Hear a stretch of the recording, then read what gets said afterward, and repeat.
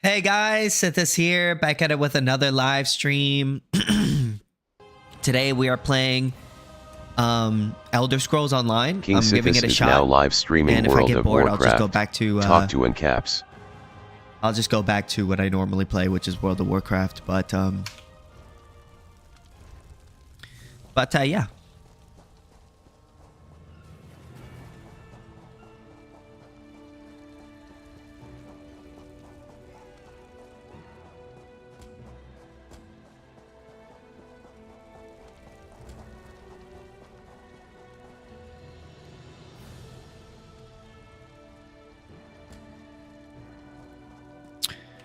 All right.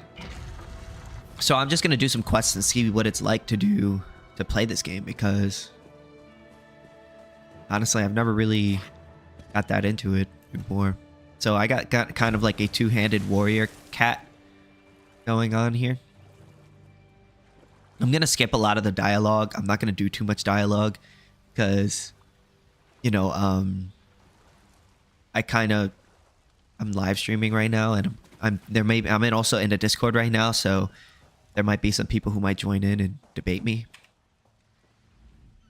So Have you seen Gary? Solana. Yes. Solana. Gary hasn't. Skooma is Gary hasn't. Skooma. all right.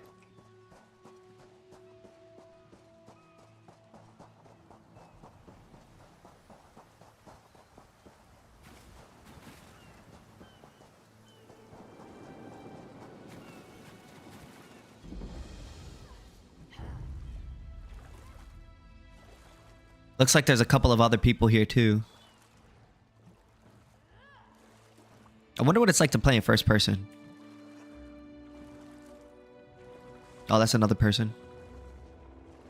It feels weird to play in first person in this game.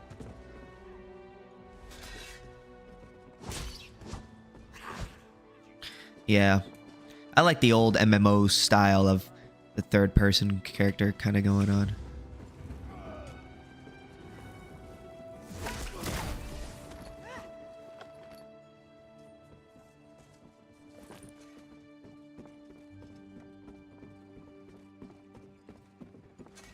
Begone, bandit. I'll never join her. Mother sent you? You thought her a poor muley. I sought to avenge my... Then when you... Good. All right, you know what? This actually has like a lot of cool stories to it. So maybe someday I should actually like really sit down and, you know, figure out all these stories and all that. Hold on one second. I'm getting a message.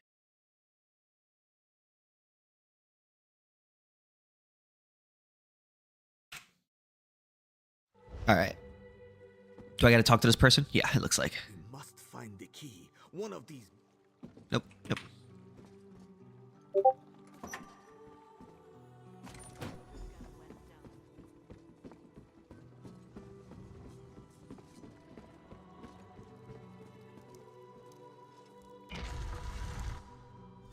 Honestly, it's kind of like, honestly, it kind of feels like World of Warcraft, but, you know, you have, it just has kind of a different style to it and all that.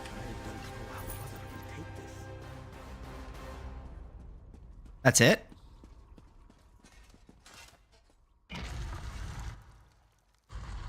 Okay.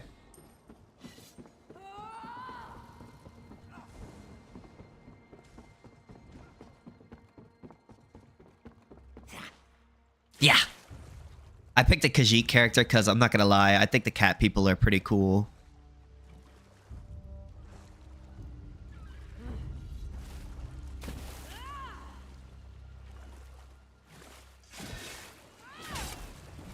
How do I get up here? Oh, I was almost. Oh, there you go. Whoa. Oh, hello. How you doing? Ah, there we go. I got up. Can you hear me?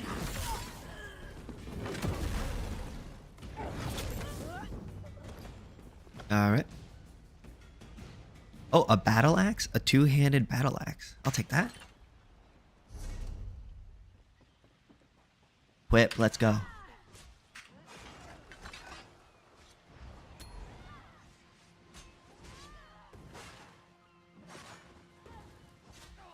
Oh, this is definitely better.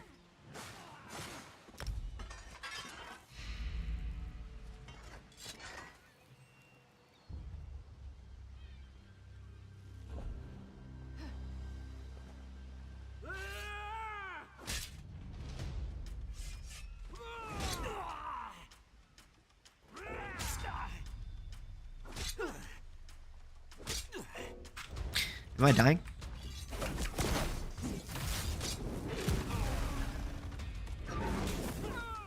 Gotcha.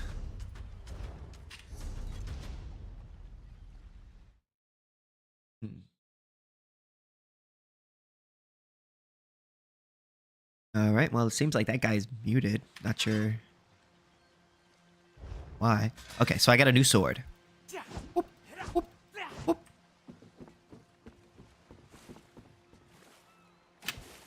Oh, I can't just... There's no chat bubbles on the top of the head? That's so fucking boring. I hate that.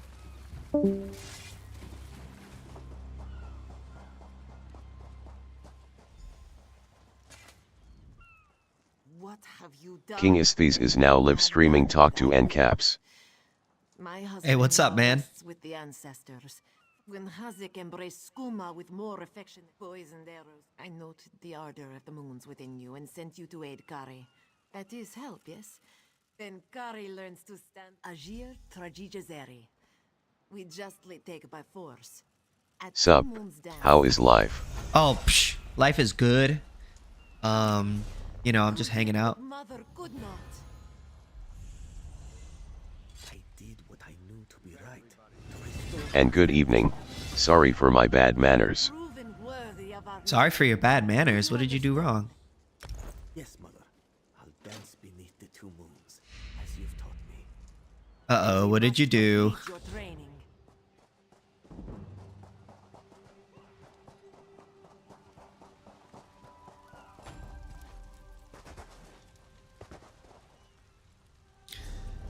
Did I take off this quest here?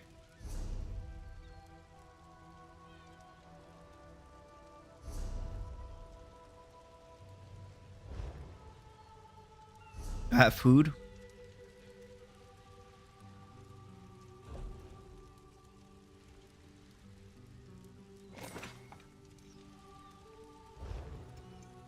All right, I finished that quest.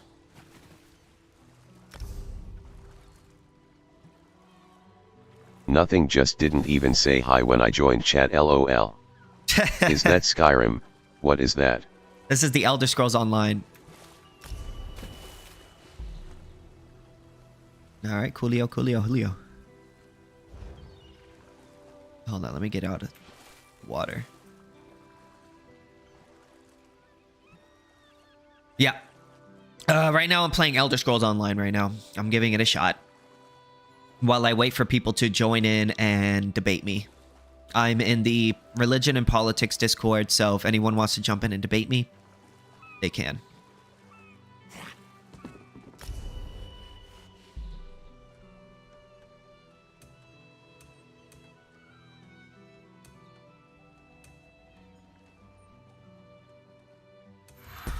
Cool.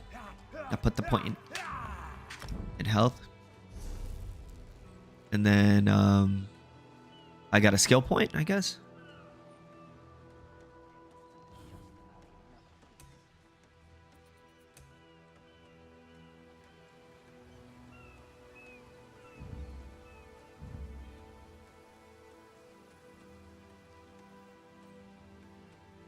Okay, cool. Yeah, I'll put this on.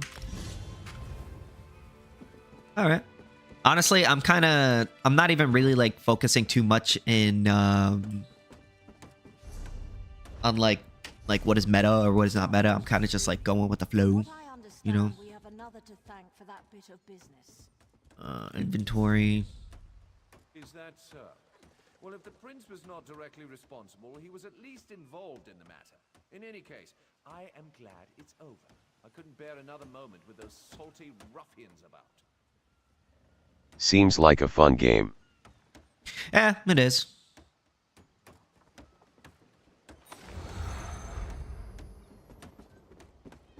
So far. It's pretty much multiplayer. It's pretty much Skyrim, but Would you listen MMO. You know what I mean? Like, yeah.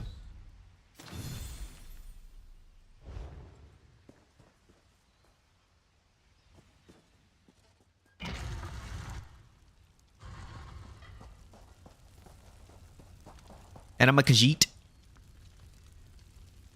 Hello, nice to meet you, my brother.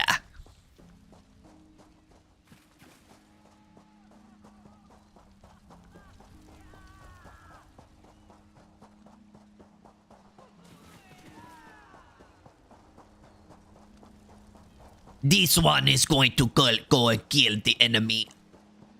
Okay, gotcha. Gotta go over here. The prowler is headed chests full of. Let's go.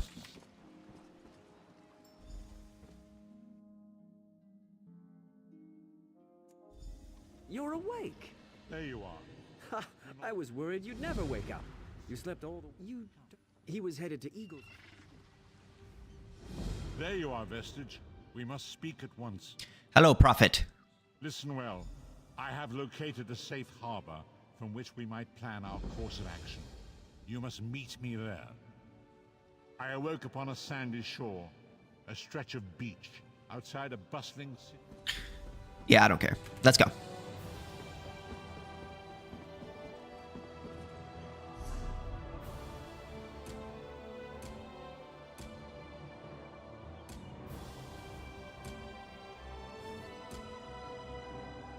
All right, let's go.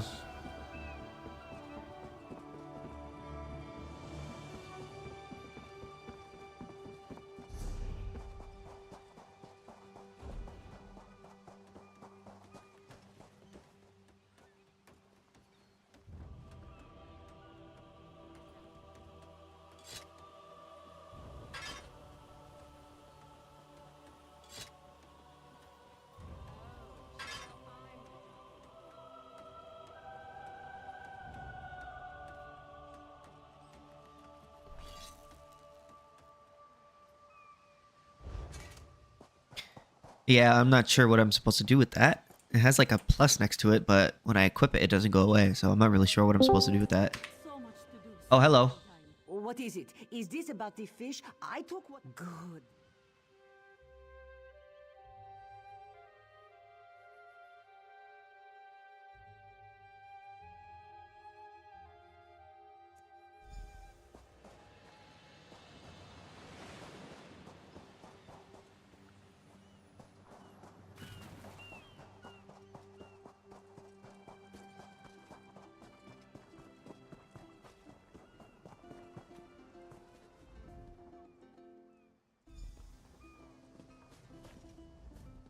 Glad you're up.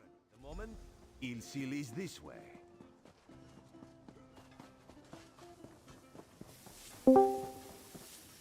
Hello. Marvelous, isn't it?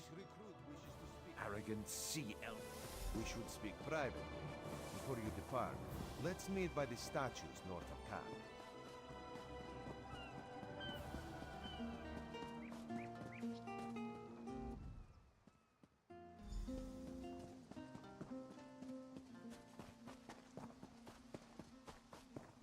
So there's two people in my room and none of them are talking. Your chance for untold prosperity comes with dominion rule. Well, maybe that'll incentivize other people to come and join.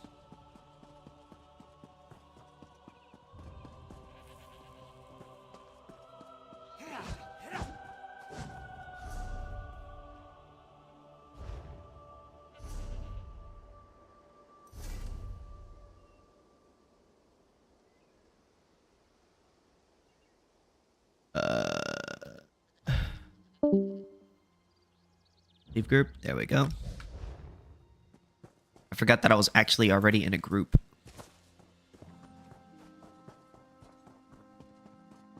Hush, father. I want father burn. You know.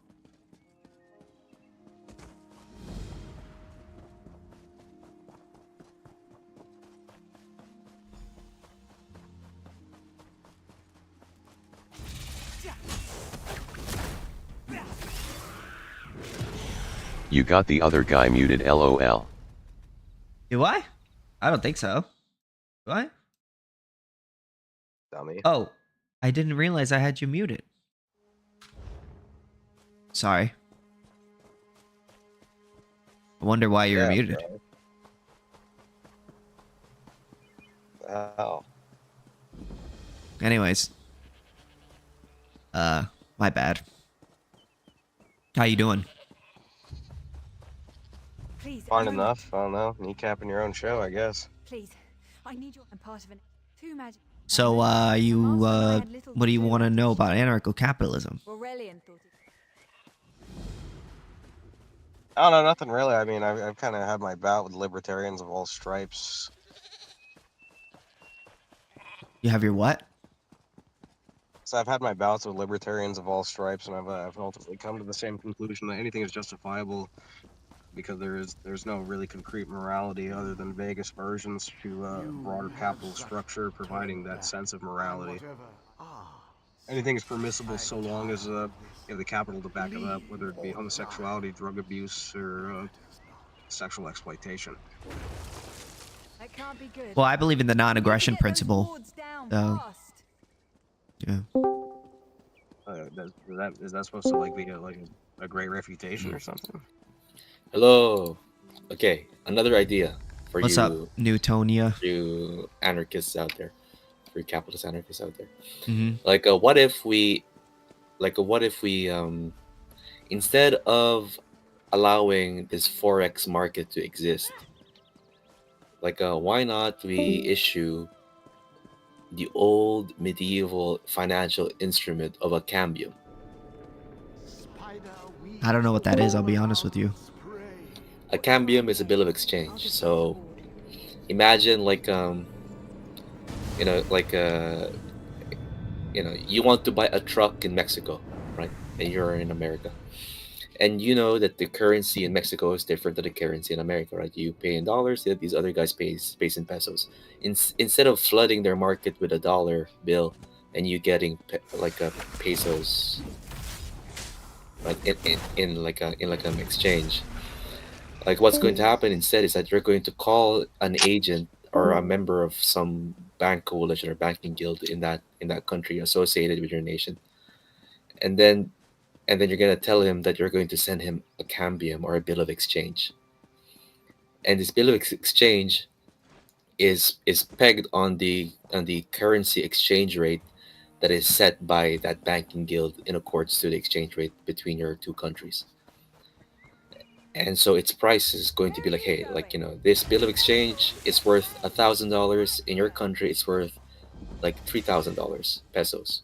Mm-hmm. And once that Mexican guy receives that bill of exchange, he's going to surrender it towards the government bank, and he's going to receive 3,000 pesos to buy that car and send it to you over through customs.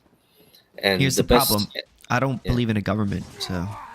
Damn, dude. But how do you defend against users and people who private cheat? rights enforcement agencies?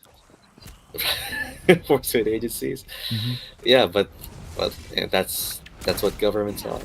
No, they're not. They're a criminal organization. Dude. I don't know, dude. Such over. I mean, I don't have a problem with the idea of that, unless if it's not forced. You know what I mean? If two people voluntarily get into a transaction like that, I don't care. As long as it's... Yeah, but two people can get into a transaction that is wrong. If I if I charge you interest on a mutum loan, even though you agree with it, that's wrong. Why? Why? Because I'm defrauding you. No, you're not. Yes, I am.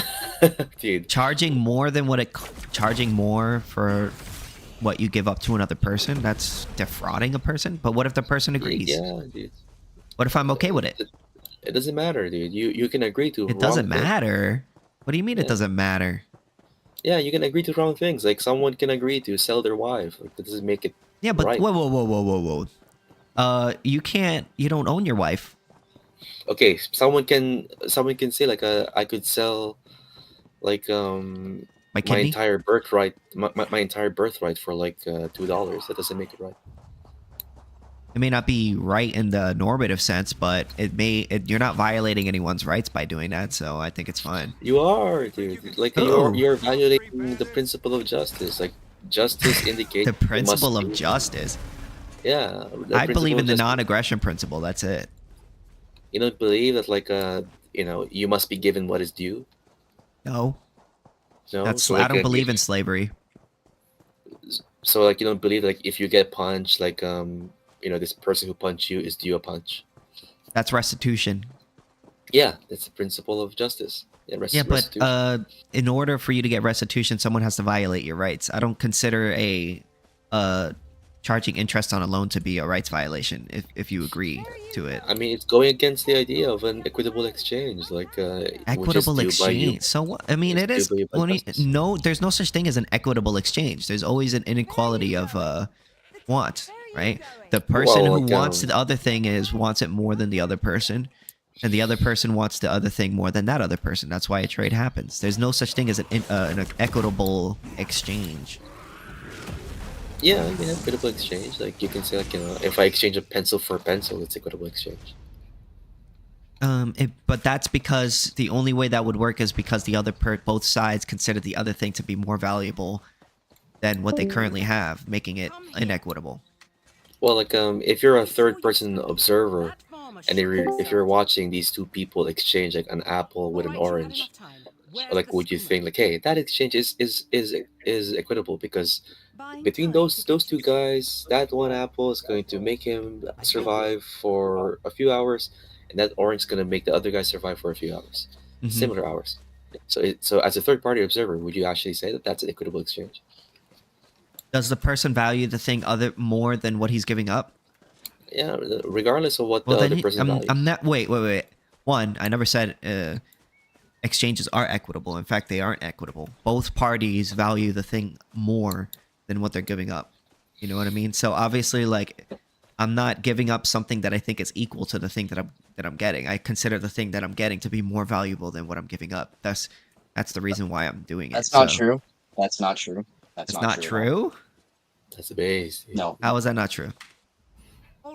Because, okay, if you have a banana and I have an orange, and I want your banana, I still know the value of my orange. It doesn't make me think that my orange is less valuable than your banana. It just makes me know that my orange is worth enough to get that banana. Yeah, but you didn't hear what I said, dude. I said that you have to consider that orange more valuable than your banana in order to trade it, because if you didn't trade it, if you didn't consider it to be more valuable than what you currently had, you wouldn't trade it. Why would you trade something if you didn't consider it to be more valuable than what you already currently have? Define valuable. That means that it gives a greater satisfaction to the person who's trading for it than it would be otherwise. Nah, I think I don't disagree with you. I just think your wording is kind of weird. Maybe, but do you understand what I'm saying now? At least. I literally get what you're saying. Maybe we're just gonna argue semantics back and forth, but I get what you're saying. Yeah, no problem. As long as you get what I'm saying, that's all that matters. But yeah, that's essentially like if I could just rephrase what I said. Let him talk. Oh. Who, me? Or him? No, let him talk. Yeah. Oh, go ahead, then. Yeah, like, I mean, what Jad is saying is completely correct. Like, the reason why you engage in the trade, if you're an honest person, is because you think that your banana is equals to the value of the orange. That's not true, though. If you thought it was equal, if you thought it was if you thought it was equal, then why would you trade it? You only trade things because you think the thing that you're. Excuse me. You got so upset when I interrupted you. So the only reason why it's you would trade something is because you value the thing that you're getting more than what you're giving up. Why would but I think, if it's both equal, then there would be no point in giving it up. You would just value the thing the same as the other thing, and you would just keep it. No, if I could see that your orange is worth more than my banana, then if I'm an honest person, I would give you 2 bananas for that orange. Oh yeah, but again, if you're giving up 2 bananas for that orange, that's because you value that orange those oranges more than the 2 bananas you're giving up. If you didn't, then you No, wouldn't do okay. it. I You've value- gained a no, I value you may not it. have gained a financial profit in that instance, but you gained what we call in economics a psychic profit, as in because you felt you did the right thing, you felt better doing it that way than doing it the other way. So That's that a made psychic up profit. word. Psychic profit is a made up word. It's made up as fuck. That's some new Well, age all shit. words are But made anyhow, up. Well, I hate to be this guy. I hate to be that guy, but all words are made up. Okay, so you know. Anyhow, Don't the be problem that is you're guy. saying the word more. But it's not that everything is more. I think you need to delete the word more from your argument. what are value you it. talking? You Not have to necessarily value that. Like, are you guys serious right now? This is like a basic economic please. concept right here. This is the economic concept of the disequality of want or inequality Just of want. because there is a definition and a sentence to describe what you're talking about doesn't mean that it's not your own series of thoughts that some other random author wrote. It's just another modality. Your modality, I don't Wait a agree minute. with. That's not disproving what I'm saying. don't You're just agree with saying your that's not at modality. all disproving what I just said. You're not proving anything. You're Get- just saying when you buy a get- banana, you're giving your orange away because you want the banana more than the orange. No, I want the banana. It's not that I don't want the orange. It's not that I want the banana. Then why did you give it away? Orange has value. Then why did you give it away Because if I you want did the banana. Okay, so you valued the banana more than the apple. It's not more. I value them both. Oh my god. I can't On deal with equal you. levels. I want my orange can't deal with just this. as much as I want my can't do it. banana. I think Jihad has a point here. He has a Marginalism debunked by Jihad in my pants. Oh my goodness. Yeah, whoever was saying if you trade something, you value the thing you're trading more. Yeah, that's why you would trade it. Why would you trade up something you value less than for something that you don't value? That makes no sense. Have you considered that like you're assuming that the economic agents are rational and have all available information? What? No, I don't assume that. I assume When are that we gonna humans see are. more, couldn't you exchange something that you value more than another? I will mute if you interrupt me. I Oh, will don't mute cry, you. bro. All right. Oh, what is- you're gonna make fun of me? All right, I'll serve mute then. So I was going to say that I'm not assuming that people are. All right, you're muting. Cringe You're getting Discord. muted too. No, dude. When do you Anyone think else? we're going to see another Anyone else? clash between Free my Antifa and the friend. alt-right? All right. I do have a question about praxeology. In respect to time preference, I feel like there's a double All discounting right. issue. So with time was I preference. done with my sentence before you started interrupting? No. Okay. So. Dude, it's pretty cringe. Like, All right. So I would like to finish my sentence before you guys interrupt over and over again. You have to Oh, unmute. Newton, you got to mute too. You got to mute too. Got you. All right. Thank you very much. So in this room, we are not going to interrupt other people while they are speaking. And if I tell you don't interrupt and you continue, I'm going to server mute you. If you have a problem with that, you can go to a different room where, other people are allowed to talk over each other. But if we're in this room, we're going to respect each other's time when we speak. I'm unmuting everyone. All right, I you feel guys. disrespected because you made a pause in your speech and I asked you a You question. sound like and you got mad sound at like me. you got touched Can you as a kid. apologize to us? Apologize for what? I think we all felt We like you made deserve a a pause apology. in your speech. I did nothing wrong. It's my room. Okay. What Well, did I first do off, you wrong? interrupted. You asked So me a kind question. of a hypocrite there. Did you not ask me a question? And I was answering Yeah, it, but right? I was talking and you interrupted me like a hypocrite. You asked me a question and I was answering your question. You just interrupted me again. I just said hypocrite and you spoke over. You interrupted. I mean, if you guys don't want to have a good conversation, you guys can get the fuck out. Interrupt give a fuck. mogged. Sithis is interrupt mogging all of you. That was an interruption. Watch out. Watch right. out. Jerkin. Or Chop, you have anything you want to ask, or are you gonna continue like these other guys? I think Casper the Ghost might be interrupting you right now. All right, no problem. No, actually, Porkchop does have a question, I think. I Well, don't he know. had his chance to ask a question, but he decided to be rude, so he can fuck off. Yeah, you hear that, pork chop? You can fuck off.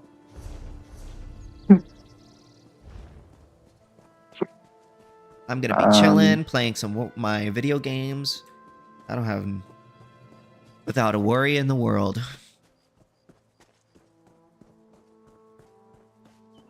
Who introduced you to AnCapistan? Was Ian? It was Liquid Zulu. Okay. Used to. I didn't really know anything. I didn't even know it was like a real thing until I saw Liquid Zulu's videos. You mean the goat? Hell yeah. Refer to him as the goat. The goat, the greatest of all time. Yeah, that's pretty normal amount of Zulu glaze for a Zulu boy, a Zulu fan, or my favorite Zulu clone. I'm a Zulu clone. But everyone who's like a Zulu fan to me is a Zulu clone. That's quite the you guys don't have you guys don't have personhood until you can distinguish why you guys are different. But well, I appreciate the compliment. Yeah. Zulu's really good on things. Very smart guy. I met him. He's 0-1. He's 0-1 to me though in debates, and that's all that matters. As in, like, you lost to him, or you won? He lost to me. Oh, okay. Oh, well. What were you guys talking about? I was LARPing as a commie doing ECP. Mm. And he didn't really know what he was talking about.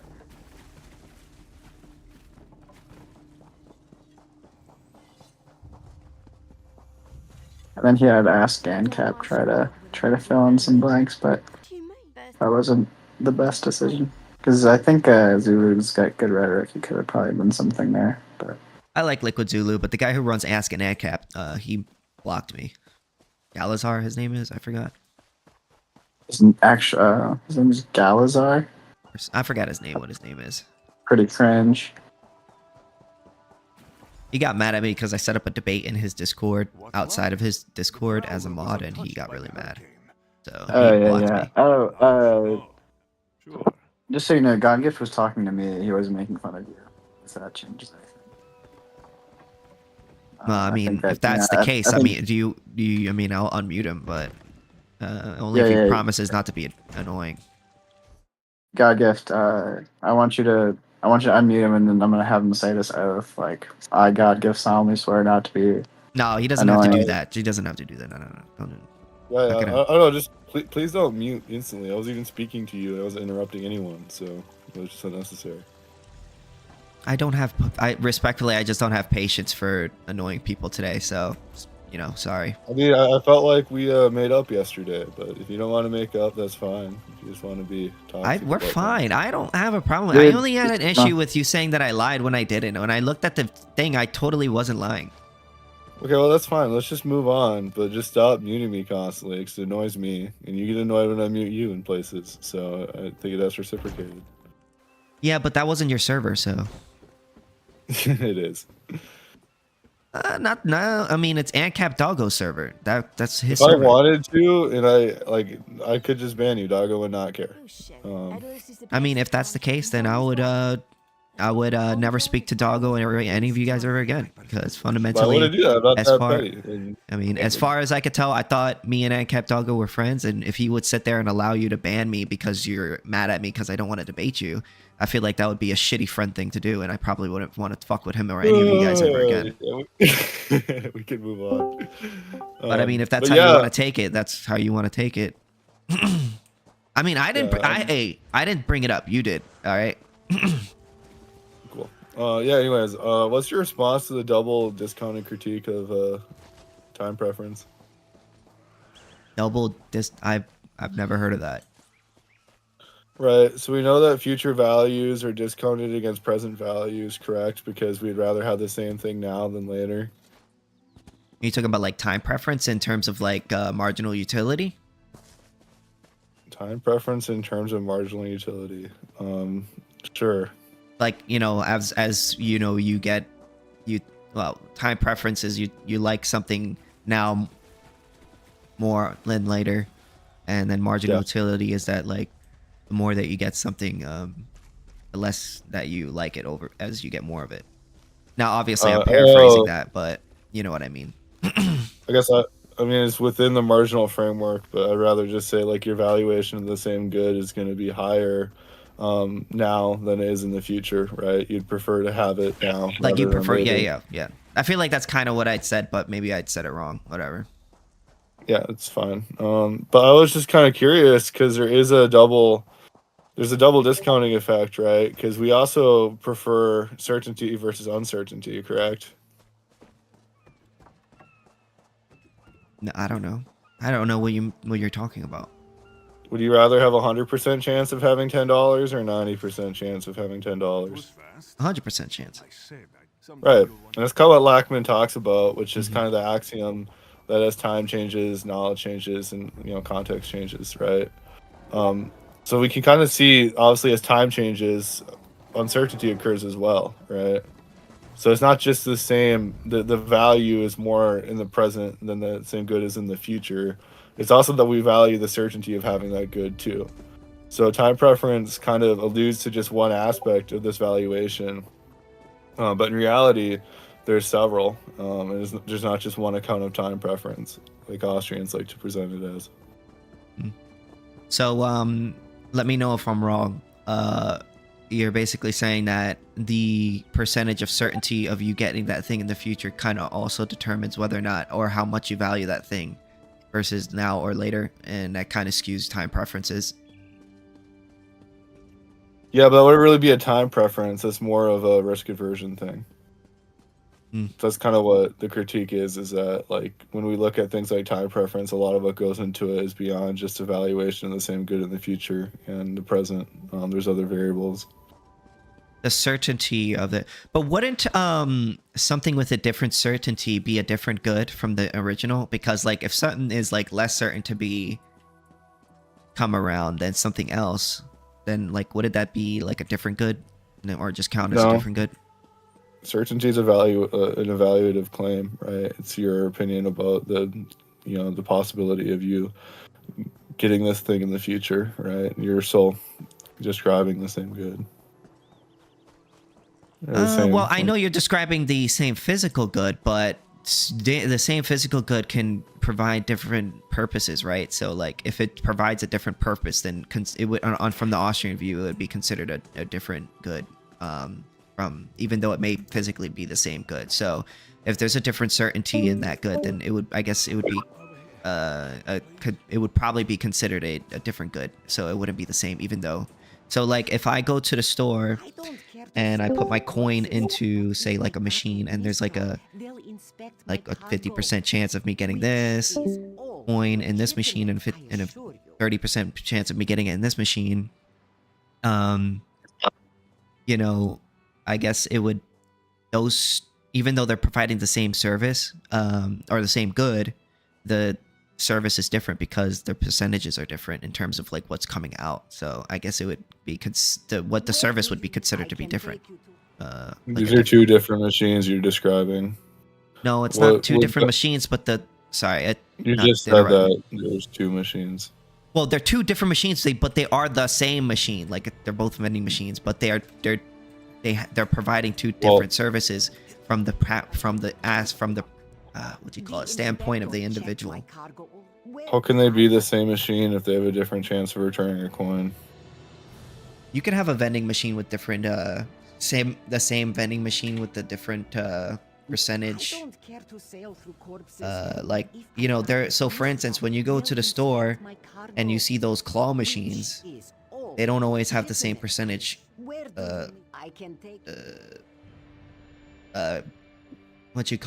chance of getting that thing. So because of that, it provides a different service every time. One of the machines is a different service because it is set up differently, right? They're not the same machine. One is either mechanically or like programmed to have more grip, to have better probability, or the inverse, right? So you're not describing the same good. When you're talking about uncertainty, we're looking at valuations of assets in a forward-facing manner. So it'd be more like having one machine and then thinking about, well, currently it's worth $100. In 5 years, how much is this machine going to be worth? And then that's kind of like your valuation of, well, what if it's worth less? What if it's worth more, right? That's more of what I'm talking about with uncertainty. But I can understand the confusion. The inspector, where do Then I mean, technically you're correct, but I don't think you're understanding what I'm saying. Like, yeah, like obviously, like it's a different machine in terms of its function, but like there are two, like they're both claw machines. You know what I mean? But the only difference is that it gives a different service, and because of that, you may not view them the same, even though they may physically be the same. The uncertainty involving one object, not two different objects that do different things. Well, if there's it's different certainty for the same object, then I would say those two objects, from the standpoint of the person who is valuing them, would be two separate goods. I never introduced a second object. You didn't just say two objects a second ago? You were the one that brought this up, right? When I'm talking about uncertainty, I'm talking about in regards to one object, not like probabilities between two different objects. Yeah, but you could have the same object that has two different values. So for instance, ice in the winter versus ice in the summer, they're both the same object, but they have two different values to the individual. Like, so it would be a separate good in both instances because what their purpose is different. Sure. And that's what I'm saying. Yeah. I don't know if that's responsive, but I mean, you're correct. No, what I'm saying is that if you have a different probability for one good over the other, then I'm not talking about probabilities. Then it's not the same good. I'm talking about uncertainty regarding the value of a good in the future. So like an app. So Sithis, like, let's go like a mortgage, right? So holding a mortgage, right, is basically like holding, an asset, and that asset, right, has some uncertainty, right? So if I have, I'm a bank, and I value this at like, I don't know, this house at $100,000 right now, and then later on, it becomes. I'm projecting it to be at least greater than $100,000, right? I wouldn't, necessarily take this investment. Is that a different good in your opinion? From the standpoint of the person, because it's providing something different. It was I forgot what number you said, but it was this price, and then it went to another price. So now it's serving a different function. No, it hasn't yet. Or okay, well, you presume that it's, or you have a feeling, or a sense that it's going to be, or whatever you want to insert, whatever word. You're, because the value of that thing is going to change, it's now serving a different purpose. So yeah, it's a different good from the standpoint of the user. But when does that threshold happen? It's not fulfilling a different purpose, because in both cases, we're looking at this in terms of an investment, right? So uncertainty is regarding its outcome as an investment. The purpose is the same. There's a different value to the good, is it or not? Yeah, there's a different valuation, but the purpose is the same. It's the same good. Then the value of the money that you're getting is going to be different from one to the other, meaning that it's serving a different. It's serving like a. Do you think it's like you're getting more money out of it, so it's not serving the same. Like $50 isn't the same as $100. So clearly, like if I give you $100 or $50, those are two different things, right? So do you think, like, ontologically, when you look at goods in the market, they change identities constantly? Well, yeah, their value change. Values for things changes. So every single time. second, a good becomes a new good. From the standpoint of the user, yes, because value of the things change. Now, So I know this sounds crazy, but like we value things differently, but that's just how it is at different I don't know times. if Rothbard makes this claim. He doesn't. This is a Sithis exclusive, actually. This is interesting. I'm not saying this is dumb. I actually think this is like an interesting interpretation of Rothbard. Maybe I'm wrong. I'm not the most well-versed. You know me, brother. I'm not the most amazingest well-versed. I haven't read the whole book of Man, Economy, and State, but from what I can hear, when if you're getting a good that costs more in the future, more or less in the future, and then it may be the same physical good, but it's now doing something different that makes it yeah. So obviously Well, it's not the it's same not good. doing anything different, right? Because you understand, right? Well, it's giving you that less money the- if you have the- less What money. you're doing here is you're conflating perspective valuation with purpose. The good is being Okay, but employed even in the your purpose, if your practical purpose framework. is to sell the thing and you're getting less than what you would have otherwise, then yeah, it's serving a different purpose than what you wanted. You're getting less money, and that purpose is now there's less Yeah, money. but you understand the issue. It becomes very wishy-washy because there is no like way to determine when this no longer becomes the same thing, or you'd have to admit What that you mean? there You is got no prices. such thing. You got Okay, prices. yeah, but you understand that under a Rothbardian conception, because the dollar, infinitesimally, right, uh, is inflating ever so slightly every single day. That every single second, right? Technically, there's no such thing as a good. Yes, the value of goods change. Yes. No. It's not that it changes. It's because how like economies work, right? How valuations of dollars work. The value of the dollar falls literally every second. Yes, the value of to things. start- I get what you're saying. Like meaning- you're acting like No, you're. no, Act, but- I get what you're saying. You're saying like, oh, like the child value of things change all the time. The value of the dollar changes all the time. So therefore, you have to say that for every second of the day, your goods are basically providing a difference or changing. But I mean, technically, from the standpoint of the person who is using that thing, if the value changes, then it's not serving the same purpose as it was before. It's serving a different purpose in the sense that it has a Sure, lower but then value. you run into like a reduction of like absolutely. Then that's just reality, right? Is what you're describing, and then we can say that colloquially these are the same goods, right? This is the exact same asset, meaning like I agree with you that physically, like that's why I said physically they are the same thing. You know what I'm saying? Like that's what I meant. Physically they're the same no, thing. what I'm saying is it's what you're saying is just kind of is mostly sophistry, right? It doesn't really do anything. Oh my god! You're not understanding what I'm saying, dude. I don't No, think you no, understand. I trust me. I've read everything. Oh you've yeah, read. I know. You've read everything. But no, I've read everything. If you've read not everything, you everything. shouldn't be having a hard time understanding what I'm saying here.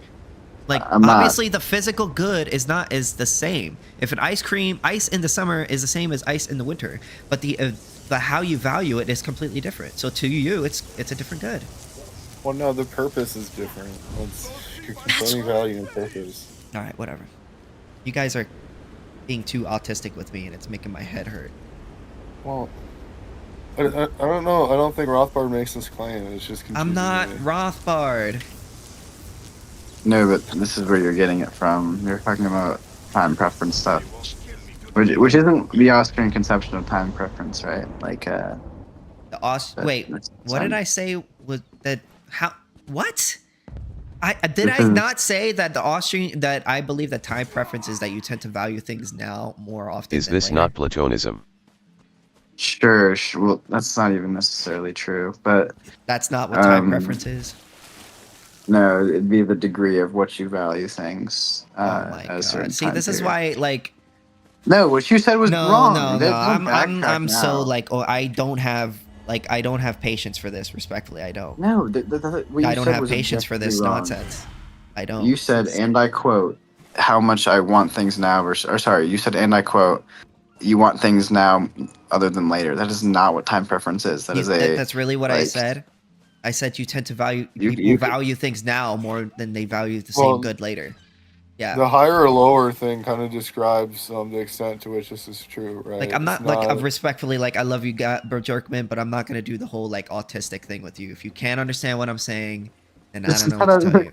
This isn't even me autistic spurring. This is me just pointing out that you were blatantly incorrect about. I'm blatantly incorrect. What did I say that's blatantly incorrect? To be This fair, is why think I you don't just like talking to you guys, just- because I say one thing and then you guys just say, "Oh, you don't know anything about No, economics. You're blatantly you're right. incorrect about everything." You're actually kind of right here, right? I think Jerkman's just trying to teach you like a little bit more. No, to but the way theory. you're doing it is very rude, and I don't like it. You could just say here, like, this is what where I think you're wrong, da da da da. But like the whole like, oh, you don't know anything about it. Oh, yeah, like I don't want to hear that nonsense. Those words. I didn't say those words. You put those words in my mouth. I thought I was fairly respectful when I said that you were just incorrect about what time preference was. I don't think what was I incorrect about? Do people Just not saying, value things right? now more than they do later? Is that not time preference? That's no. I told you. So time preference, right, is the extent, right, that people value money now versus later. It's not that they value things now versus later. It's the extent at which, right? That'd be the preference part of it. That is why it's a key distinction. Yeah, like that's like what I'm It talking doesn't- it about. I'm doesn't tired of actually like the matter. autistic, like you just said one word more than what I said, I could get and way then more somehow, autistic about as it if if you somehow want. that means that what I said is completely different than what you said. Like obviously, like I mean what you're saying. Obviously. Sure, you might mean that, but like at least Okay, so then the way why are I'm you hearing sitting it. here? Like the only reason why you're doing this is because you're trying to like dick measure about how the fact you know more than me. If you know what I'm saying, then why are you All right, look, doing I'm this? just not gonna. I'm not gonna just teach you Austrian econ anymore. Don't teach I'll me just let Austrian you- economics. I don't need your help with Austrian I'll economics. All I'll right. just. I got a question. So recently, I used to be a free banking guy, but I read this book called The Deficit Myth by Stephanie Kelton. And recently, I started poking around Randall Ray and Lavoie. And I've kind of come to the conclusion that I think that we actually need the ability to deficit spend. And we probably actually need the ability to deficit spend more often than we don't, just as a nation. So, like, what would you say the disadvantages of deficit spending are, Sithis? Do you think there's any positives? Well, there's positives for the state, I would say, but fundamentally, I would be opposed to it because I would be, you know, a violation of the non-aggression principle. So it isn't really so much about like. I mean, you could. I mean, for the state, yeah, it could definitely be what you call good for them, because they Could you imagine it being good for anyone that's not part of the state? It could be good for people who benefit from, you know, getting in on the deals that the state, you know, whenever like they create new money and stuff, the people who get in first and like bankers and stuff like that, they benefit. But there's also people who don't benefit from that. So, you know, it's not like I don't know. Isn't that simple? Deficit spending can support both bankers and the least well off, depending on the injection method. But like, let's look at 1980 to 1982. Theoretically, yes. But again, I don't trust the state. You're cutting to do me that. off with this. Oh yeah, go ahead. Sorry. So if we want to return to a full reserve currency, there's going to be something we call deflation that's going to occur. And we kind of saw this between 1980 and 1982. We saw artificial liquidity constriction occurring from the Fed in order to curb inflation. So we saw a downturn in monetary liquidity. What we saw was we had 10% unemployment, right? And the government kind of automatically stabilized. We went to a deficit because we have things like unemployment insurance and Social Security and other mandatory spending that occurs even with a decrease in tax revenues. So it kind of re-stimulates the economy. But that benefits those 10% of unemployed people, right? And then that fiscal spending helps, you know, get the economy going again so that they can, you know, re-enter the workforce at some point and the economy can continue to grow. So without that fiscal deficit, I mean, there's an argument to be made that 1980 to 1982 could have been more like 1980 to 1985 or 86, right? So it kind of has a purpose for all of society, which is that it kind of helps our aggregate level of economic well-being. It can help, you know, ensure that demand doesn't fall too far during recessions or deflationary spirals that lead to unemployment. I have no doubt we're You may be right about all that. I don't really know, but I'll tell you this. I'm just ethically opposed to the state, so I'm not going to support that. I don't know if that's true. What is your definition of monopoly? You're going to ask me the same question you asked me the other day. You've never answered this question. I did answer it. You just didn't like my answer. You answered the definition of monopoly. I didn't see that in the clips you sent. But you could humor me and answer it again. Monopoly right? is a one seller. One seller. But generally the there's like a forced monopoly and then there's like non-forced monopoly, non-coercive monopolies. You know, like a like if you're in a small area, right, and there's only one grocery store in a couple miles, technically that's a monopoly. But you know, I don't want to consider that to be bad. But I would consider the state to be a coercive monopoly, as it forces people into paying into their system, which I would be opposed to. Well, you could technically have fiat without a state, right? You wouldn't have to have a state to have fiat. I mean, if it's voluntary, I don't have a problem. I mean, if you could do what you just said without a state, then I wouldn't be opposed to it ethically. Fuck, I don't know what I'm supposed to do here. Not you. I'm talking about a video game. Yeah, I guess let's say that the prerequisite of any ethic is human well-being or like human life. If demand is created by the state, there is a reason it weighs in there initially. The state overwhelmingly directs capital away from its most valued use by definition.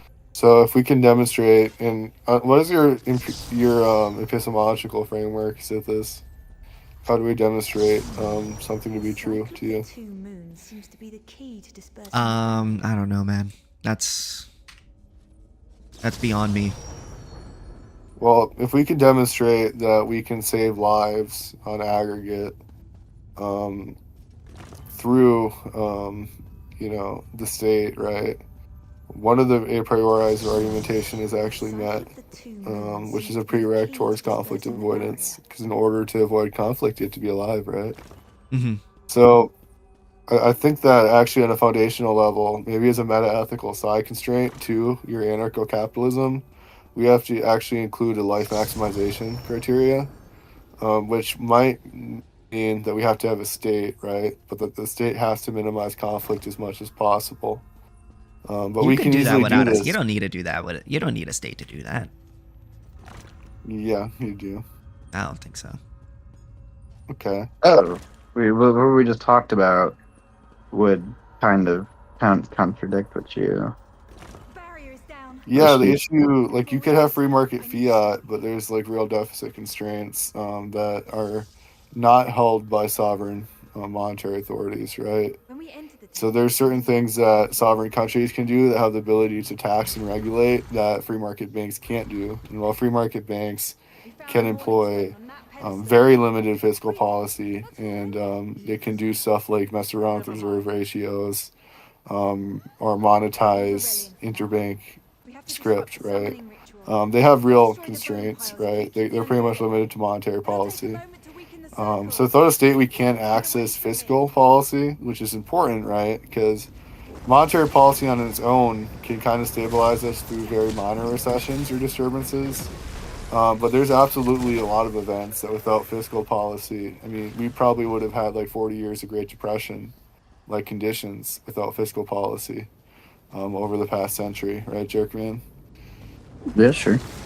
Yeah. So, yeah, in order to, I mean, I'm sure you know this, but people kill themselves a lot during economic recessions and depressions. You know, malnutrition can occur if it's severe enough, which I think would be the case in anarcho-capitalist society. I mean, we could see increases in crime, violent crime. So we're going to see an increase in fatalities that could be prevented under your framework. And what about like economic freedom zones? Why are they so successful? If they... Yeah, because they exist within the context of states, right? Yeah, but they have lower taxes, they have lower regulations. Yeah, those are all content independent good, but like they still do have fiscal the idea. Yeah. Yeah, but the thing is, I don't think you need a state in order. Fundamentally, I think the whole idea of like, well, one, I'm ethically opposed to it for everyone, so I'm always just gonna fall back on that principally. But we're making an ethical argument. That's the confusion. Is that we think well, that taxation is theft. So unless you could say that somehow prove that it isn't, I don't know. Well, a prereq to that claim and a prereq to property ethics is the value of life. And if you're not maximizing the value of life, you're not making an ethic for rational man. You're describing some kind of alien schema that you're trying to apply to man, to kill man. And that's like very bad a priori. Yeah, I would disagree with you on that. I think that aggression absolutely goes against the life because you're violating the prerequisites for life, which would be to, you know, thrive and survive in a and being able to keep the fruits of your labor. But again, you can't keep the fruits of your labor if the state is stealing it from you or forcing you to It's pay. just kind of confused. I'm alive right now, right? Mm-hmm. I don't really own anything in a libertarian sense. I don't have the ability or right to exclude people from my property. The state can take it whenever they wish, and they do. They tax me every pay Yeah, but you would be period. better if the state wasn't doing that.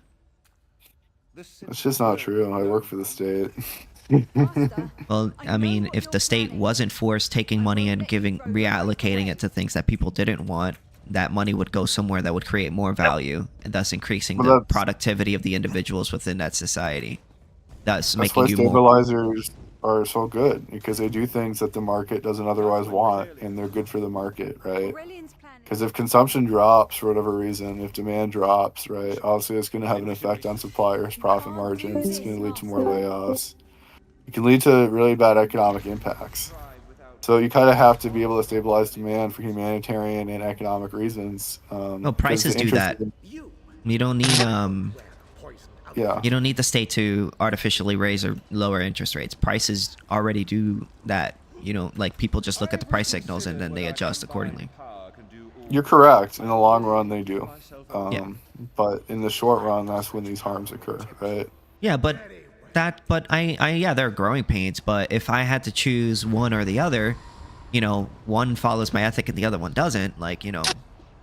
Yeah, but your ethic actually presupposes life as a value. So the fact that you're advocating for a system which disregards life in your it does not. Framework, I'm literally saying I don't want people to aggress. That's not disregarding life. You don't want people to aggress, but you'd be perfectly content if they all died from not aggressing. You can imagine a scenario such this where we all I washed don't up value on the beach, like let's say we all washed up on a beach and I the value four of us property were super rights. hungry, and we saw that pork chop was just sitting on a barrel of rice, smoking a cigar, and he was just laughing at us. We're like, pork chop, can we have your rice? He's like, no, I enjoy sitting on this. Maybe I'll make beanie babies out of it after you guys all die. He has that right to do so. That's perfectly fine. Yeah, I think so he has that right. You don't value life because in this case, all four of us are dead because you think that pork chop's right to property trumps our right to life. So you actually have. I guess so. You're right. I don't believe people have a right to live. You kind of have an error. Or live here. to right to live. A precept of property ethics or any normative system is life, but you've put the ethics before life.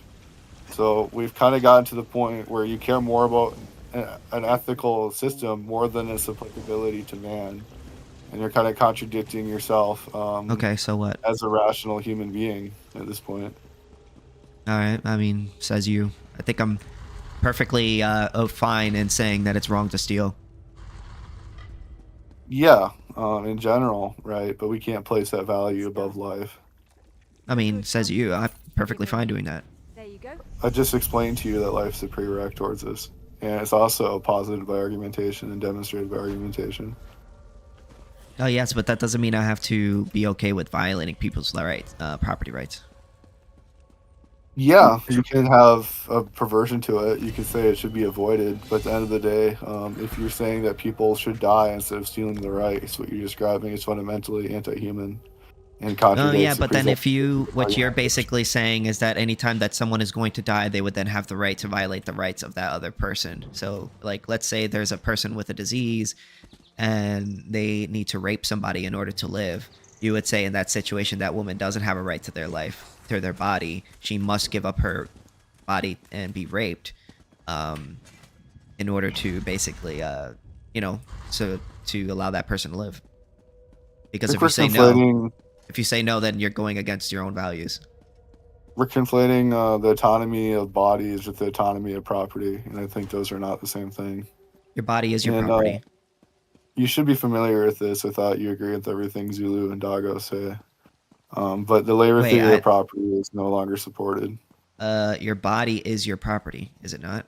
I'm not disputing that. I don't think we should. So that would mean that if somebody else wants to use your property, you have your body is your property, right? And you're basically saying that you're valuing property rights over another person's life, where in this situation, because it makes you uncomfortable, you don't want to admit that you're valuing property over another person's life. No, you're just smuggling your conception of property in. I value someone's life over their extra personal property rights. So the woman should be forced to have sex with that man, because if not, then you're valuing property more than life. Extra personal means outside of the body. I'm talking about. So then you have an arbitrary standard, and it seems. Why is this arbitrary? Because you're picking in the middle of two spectrums, whereas I'm saying all scarce resources can be owned and can be excluded from, whereas you're saying every scarce resource except this one thing that I don't like is can be owned or can be done with this. All you just said was a descriptive claim, which everyone agrees with, is that scarce resources can be owned and can be excluded from. I don't disagree with that claim. You do disagree with that claim, because if a person his life was in danger, and that person had the right to, from my preview, had the right to exclude the other person, you would still say that person doesn't have that right and they should give it up. So in the case of the person and their body, in order for you to be consistent, you would have no choice but to say that that woman must give up her body and be raped in order to, keep that other guy alive. Yeah. Because if not, then you're valuing property more than life. I just don't see the contingency of that statement to the example I gave you. I think you're just smuggling in your conception of property as including the human body and human autonomy, when I think that's a separate concept called interpersonal property versus extrapersonal property. The fact that you're using property at the end of it just proves that it's both property. I'm merely stating that both of them are property. It is property. You're using the same word at the end of the, person. Yeah, you may arbitrarily distinguish the two. That's fine. What's a property? But they are property. They are property. Like, that is. Well, it's pretty clear what I'm saying is that it's okay to violate property outside of the person, unless you do something that you don't like. No, I would hold to libertarian ethics broadly. I just don't think that they apply to because you don't like it body property, because there's no non-arbitrary. You're being arbitrary here, because I'm saying all scarce resources can be owned, where you're saying all scarce resources except for your body can be owned. And so for instance, this special scarce resource, my body, cannot be held over other people's lives, but every other scarce resource I arbitrarily choose should not be held over other people's bodies, where I'm saying all property, whether it is outside of your body or within your body, should be held above other people's lives in that case. Yeah, absolutely. Whereas you're being a little inconsistent. I'm not being inconsistent. You're just trying to make a category that doesn't need to exist to fit your script. Self-ownership doesn't exist?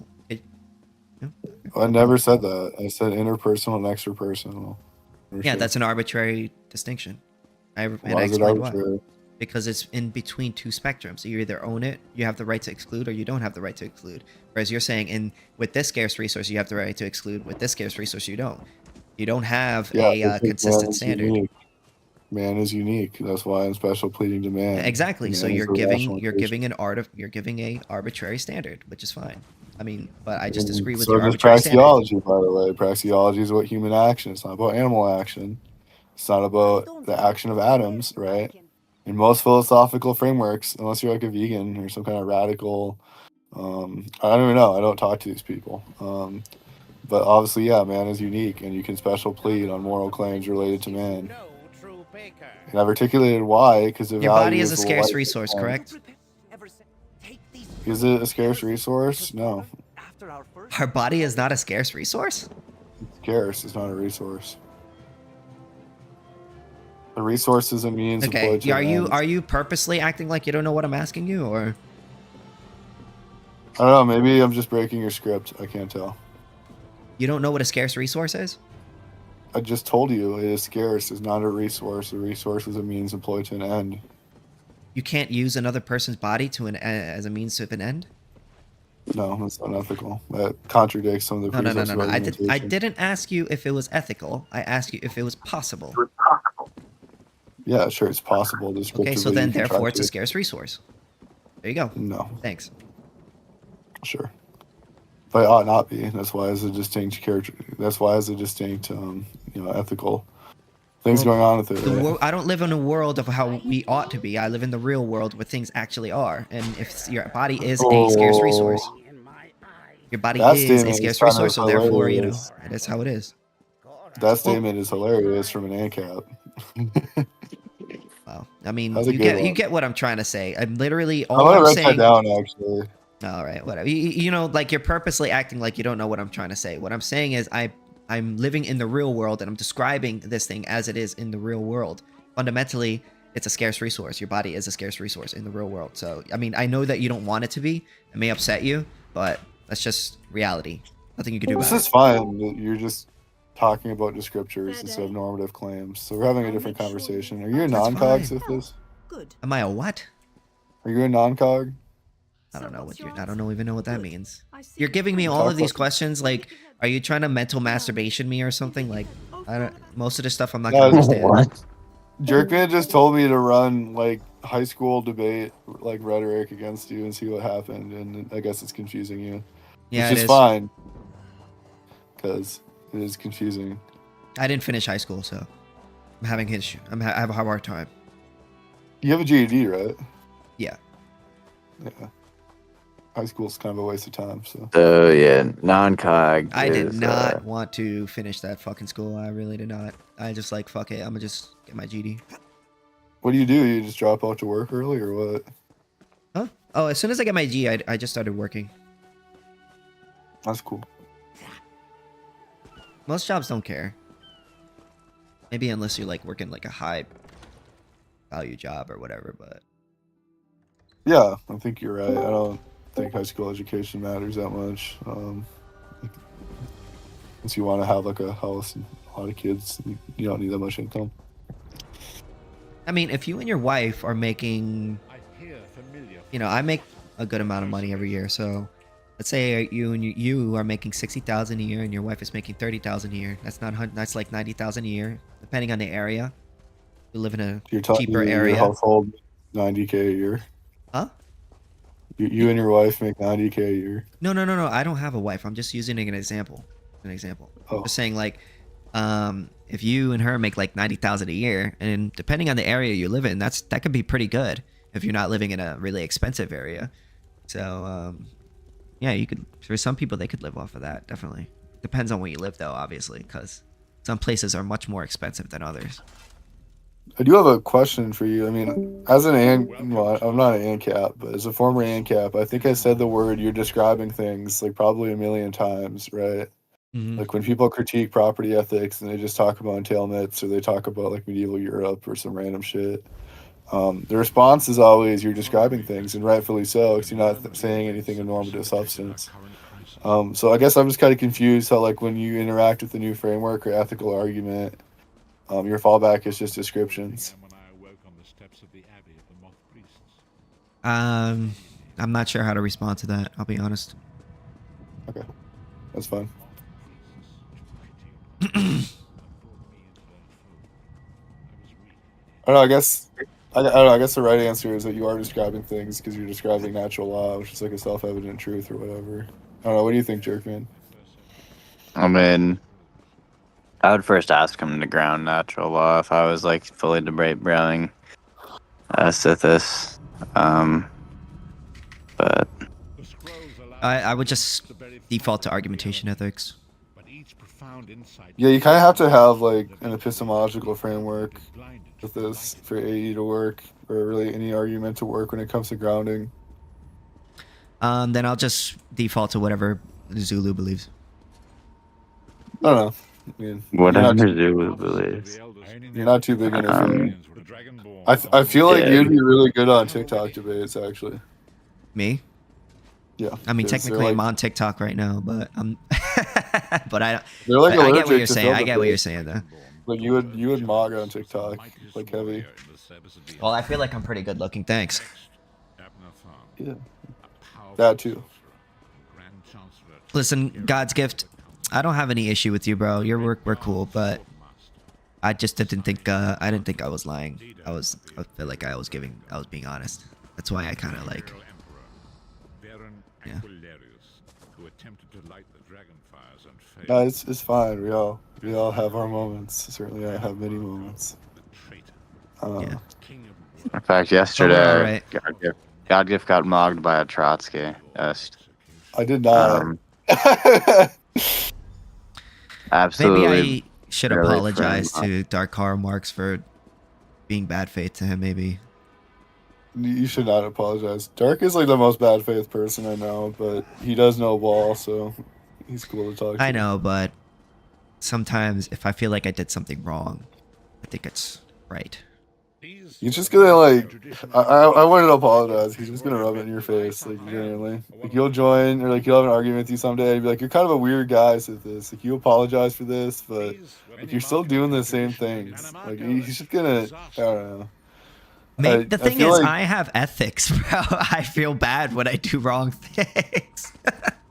Yeah, you know what I'm saying? Like, you know, I feel, and when I feel like I'm right, like I fucking go hard on it. Like I'd be like, no, I'm not fucking wrong. Right. You know what I mean? Like, and I don't allow people to be mean to me. Like I'm not gonna allow somebody to be rude to me. Like I'm not gonna allow somebody like who calls me their friend to like step over me. Like you're gonna step over me, then like okay, well we're just not friends then. You know? And not saying you specifically, just like in general, like you know. Yeah. Friendship for me is just like a respect thing. You know, you could even if you like disagree with me and whatever, like it should be like you.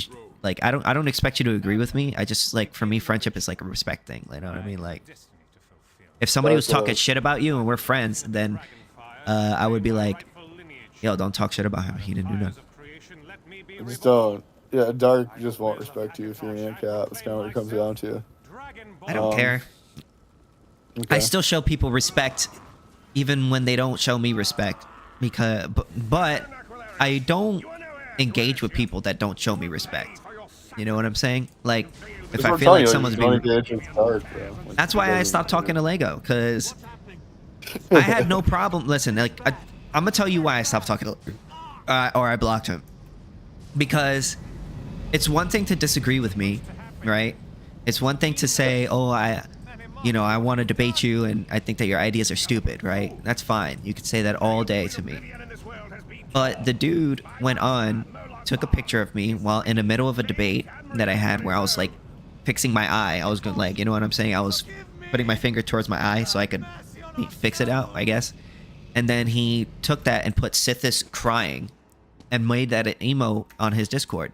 And then told everybody that I started crying in the middle of a debate with him. I was just like, I was kind of a weird guy. And I'm just like, dude, like, you know, I've never lied about you. You know what I'm saying? I've never like sat here and talked shit about you in the sense of like, oh, Lego is this or as a or this or like, imagine if I came out and said that like, Lego gets cucked by his wife or some shit like that without like, even though I know it's not true. Like it's just. Well, it could be true. We don't know. I mean, it could be true. It could not be true. But if it's not true and I'm going around saying that, like, that's, to me, that's kind of fucked up. Like, you're purposely, like, lying. Not, you know, for no real reason. Just to be rude. Just to be disrespectful. And for what? Because we disagree in a debate? Like, what have I really done to Lego to warrant that disrespect? I don't think I did anything wrong to him. So, if someone's going to disrespect me like that, then fuck them. I'm not even going to get engaged with them. I think it's the same thing with Dark. A lot of people just kind of hate AnCaps and they think they're kind of childish. I don't know. I mean, it's kind of a meme ideology with this. I mean, yes, of course, it's a fringe ideology, right? I'll admit that. I'll be the first to admit that. But, you know, in fact, I didn't even think AnCap was a real thing until I watched Liquid Zulu's YouTube videos. But... you know, and people could think AnCap is the most stupidest thing ever. Like, that's fine. But just, like, don't fucking lie about me. Like, don't fucking, like that's taking, there's disrespect, like, playful banter, and then there's, like, disrespect. And I don't stand for that. Yeah. You know? Like, you could joke about me and be like, oh, haha, this GED guy, da-da-da-da-da. You know what I'm saying? And then, like, oh, at the end, you'd be like, oh, Sithis, I was just messing around, blah, blah, blah. You know what I'm saying? I'll be like, all right, yeah. But he was like, when I went up to him and I said, hey, can you, like, stop lying about me? Like, can you stop telling people that? Because you know that's not true, right? He acted as if it was true. He's like, oh, well, if you want to prove that it's not true, then release the video. And I was just like, yeah, but I already deleted it. So, nothing I can do about it. Oh, well, then that's when I blocked him. Yeah. Sorry, am I talking about this too much? No, I think it's interesting. So I'm definitely a toxic person, so it's kind of you're kind of a more of a wholesome guy. I think you. I don't know. Maybe you have a higher sense of people's humanity. So. No, I just try to be. I want people to treat me the way that I treat them. You know what I'm saying? Like, you know, I just don't want to be fucking like treated like shit. Because if you allow people to treat you like shit, then they'll take that and then they'll keep doing it. If you allow somebody to lie about you, you allow somebody to treat you like shit, and then you just sit there and be like, okay, well then they're just gonna keep doing it. And if I go to a person and I say, yo, stop doing this shit, and then they say, no, I'm not gonna stop, or they continue to lie, well then that to me is just like, well then to me you're not even worth talking to. You're not even worth engaging with, because like you just don't have the even basic respect for me. Yeah. And people should have respect for other people, like, you know, especially in a debate, you know. I don't know. I think so much of argumentation and practice is like rhetoric and optics that like you can't really have respect. Always, I don't know. I have different views on it.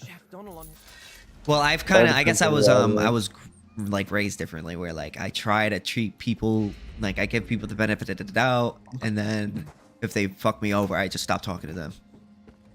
I forgive, but I don't forget. That's sort of my thing. I think online the incentive is to be toxic, honestly, because that's what people like enjoy seeing, and then like they enjoy to like dunk on people. But I'm not with it. Like, I just like having conversations. I just want to chill back and talk. You should join the VCS, don't you? We should join Comment Turn. It'd be good for your stream. Who's in there? It's just like a pile of retarded communists. Okay, let's go. Stateless society. Hello, yeah, guys. you'll do it for your community, you know? You'll be like, oh yeah, you have to brainwash people into caring for their community. Come on, man. You know that people are going to care. Or you do it in the spirit I want to of say that I'm everyone live working streaming. together. Is that okay, guys? Yeah. Or I did just as you asked. No. Live streaming what? no live streaming? Live streaming what? The live streaming Himself, everyone. Yeah. The game is playing. No. Go away. All right, no problem. How the fuck posting is this? This nightshade or something. It's fucking hater. KingSithis. Listen, here's the thing. Here's the thing about your Don't worry, I got it. I'm gonna kick the people that. That's why that Jose Maria guy who's like 70, he plays. He missed both. Wait, how do I make a new room? There's a never there's mind. a join to create below, yeah. I was looking at the wrong thing. Sorry, guys. Didn't mean to interrupt. All right. Yeah, I can't. I'm not gonna join a Discord if they don't want me to live stream, because I don't want to like break the rules of the Discord and then get kicked out or something like that. Yeah, I didn't want them to like get me in trouble with the Discord or anything like that. So that's why I said it. You know, streaming. Yeah, that's valid. Because if they say that like they could use that as an excuse to kick me out of the Discord, and I didn't want that. Yeah. So how old are you, Godskips? You said what, you're like 17? Well, 17. What are you talking about? How old are you? 21, bro. Oh, you're 21. Sorry. I thought somebody said you were a minor the other day. Who the fuck are you talking to, bro? I don't know. Must be high. But okay, so like what? So what made you not want to be an ANCAP? I just think it's intuitively wrong. Intuitively wrong? You don't think we could do all that stuff you were saying earlier without a state? Like we have to have a state? I don't know. I mean, I fought it for a long time, but probably. And also, I find the ANCAP community to be kind of a low tier. I mean, you're not wrong sometimes. In Doggo's server, there's like maybe 10 people that can actually debate, or even try to. It's like most ANCAPs are just kind of weird people that don't read much. I try to read as much as I can, but I don't always have time because I'm always working. Did you find anything? Yeah, I get that, but I feel like a lot of them are just like unemployed. It's a very fringe movement, and I think that's the same for everything online, right? Mm-hmm. But I don't know. It feels like other ideologies like do stuff in the real world, and like they get things done that help people. And it seems like AnCaps kind of like a circle jerk amongst like degenerate people that don't know very much about how much they hate the state. Pretty much all it is. I get disgusted with some AnCaps and some of the nasty shit that they be into, and I'd be like, I think but the thing is, you know, I'm not like that. You know what I'm saying? Like fundamentally, like I'm not really that degenerate like that. Like I'm not really like that like what you call it, sexually obsessed with things. You know what I mean? Because I notice a lot of AnCaps are very Why should I try? they're very I like. don't know. Doggo's a very close friend of mine, but just a lot of the way he views things and like a lot of the arguments he used to get into just kind of turned me off. I love AnCap Doggo, but his obsession with Belle Delphine kind of makes me go like. Well, yeah. Makes me go, dude. It's just it seems like there's a lot of people. It's like I like Doggo, right? Doggo's my friend. I think he's a smart guy, but the fact there's like so many people that like seemingly have similar interests with like the sexual stuff and like the constantly trying to talk about like weird anime and like all this kind of stuff. I don't know. It's just. And then Zulu has stuff too. Like on Twitter, he used to joke about legalizing CP, and I get that's like a joke, but I think like in for the most part, like I think there is actually a lot of bad people in the community or like degenerate people. Not to say all AnCaps are bad, right? But then there's also a lot of people. That's true of a lot of communities, but I just try to stay away from people who misrepresent and try to make us look bad. And for a little while, like I've had to like, I kind of just, I just kind of generally I just stick to myself, and I try not to like have too heavily be like, oh, this guy like, you know, root for a certain person. Like the only person I'll be like I agree with on mostly everything is like Zulu, and that's pretty much it. And AnCap Doggo, but that's in terms of their like libertarian ethics, you know what I mean? But then a lot of people, what they'll do is they'll be like, Liquid Zulu said this, Sithis, what do you have to say about that? And then I'd be like, dude, I don't know everything that he said. You know what I'm saying? Like, I agree with him on his libertarianism, but I don't know everything that he said. Like, yeah, sometimes maybe people say things that are maybe out of pocket or they made a mistake or whatever. But I don't endorse literally everything he says. You know what I'm saying? Like, or they'll do the same thing with me and Rothbard. Like, they'll be like, yo, Rothbard said this. And then I'll be like, yeah, I do that to you a lot. Yeah, like Rothbard said this. And I'll be like, yeah, but I'm not Rothbard. Like, I don't know everything he said.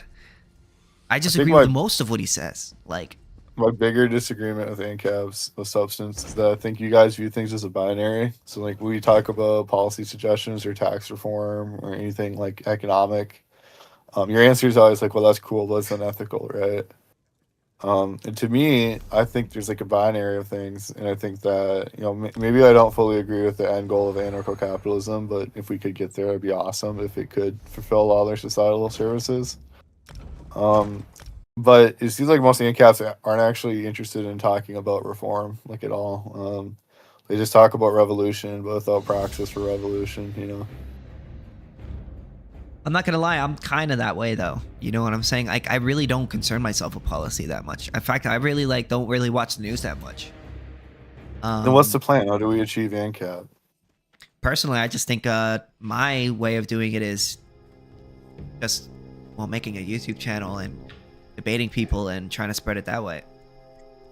I mean, it's what I always used to say, but ultimately, like, people's interests are attached to institutions and communities. So you have to kind of actually, and like left anarchists realize this. Mm-hmm. They're not very good at it, right? Because their ideology is like fucking stupid, and they have like issues with organizing efficiently because they're opposed to like rational forms of organization. But they actually try to create like alternative power structures and like organizations and mutual aid societies and even like bottom up publishing and stuff to kind of create infrastructure and like kind of envision a different world. But I feel like with the AnCaps, like you say, it's just like, oh well, like I'm just talking about it, and that's what I always used to say too. But talking about it doesn't really do anything. I guess like we can convert people. You're saying basically like we need to do more, like than more than just talk about it. We need to get out there and do something. Well, we could even talk about it, but like let's talk about what are we gonna do? Like let's talk about the next step, right? Let's talk about substance, right? Because obviously the movement's young and the numbers really aren't there, right? So I get when you guys, and I used to say this too, that we have to talk about it first. But we have to talk about what the next step is too. I think Zulu in particular, like, I don't think he has a next step. I think it's just purity testing this shrinking amount of libertarians left, you know? I think that the next step should be basically creating a third party in the state where instead of just having us vote for that third party, we just have that party say we will vote for only the people who will do what we want, and that will basically incentivize the people in the two-party system to change what they do in order to cater to our ideology. And I kind of like that idea. We have to identify what we want that's like politically pragmatic. Well, ideally from the ANCAP perspective, it would be reducing or getting rid of the state. So like you probably would expect them being like, hey, like if you deregulate this a bunch of industries, or maybe get rid of certain laws or bad laws, or maybe strengthen, you know, property rights, you know, and things like that, then, and we'll vote for you, then I feel like that could be a good way to push. Because like the socialists are kind of doing it with the Democrat Party, where they say we're going to vote for you if you do what we want. And because they're like a large portion of them, they kind of have to cater to them a bit by putting forth statist policies. Yeah, that's kind of always been my idea, is that like we could just be, you know, an organized party and have a voting block. And then we just go to the political parties and say like, hey, we're going to abstain from voting on this. You can go and shut down or whatever. But if you amend this to cut this program, or like you amend it to restrict this federal agency, you take away government power in some way that you otherwise weren't planning on doing, we'll support it, right? But we would never support adding on to any legislation or passing any law on our own. It would just be like a side constraint, whatever the Uniparty is trying to do. Like we will only vote for you if you do deregulate, or do something that libertarians want. And then in that case, you know, he basically, Liquid Zulu was basically calling that or there was a YouTube video of a guy who was basically saying that's like libertarian Stalinism or something like that, or Leninism or whatever, where essentially like they did that. Eventually, if you get big enough, you can, it's not just like there's like a budget shutdown coming and they don't have the votes and like we can get concessions, but you could swing entire you know, congressional debates and elections, like bills and stuff. Like you could basically write the legislation and like, you know, you could appeal to the social issues that these parties nominally represent and like force them to work with you. There are a lot of like people that do that aren't ANCAPs, that like socialists, they do that, like environmentalist groups, they do that. So I can't see that's what they're good at, right? But I think the issue, like, we can't have this like dogmatic platform thing. I think we have to be, as far as actually getting elected, it has to be issue based. It has to be, in what instances can we point at the government doing too much in a locality? I think the issue is so many libertarians aren't politicians; they're just good people that are inexperienced and like poorly trained. So they're just gonna go around and like talk about foreign wars, or they're gonna go talk about the border. Or drug deregulation. Like maybe they'll have some ideas for like safe sites for drug injections or something.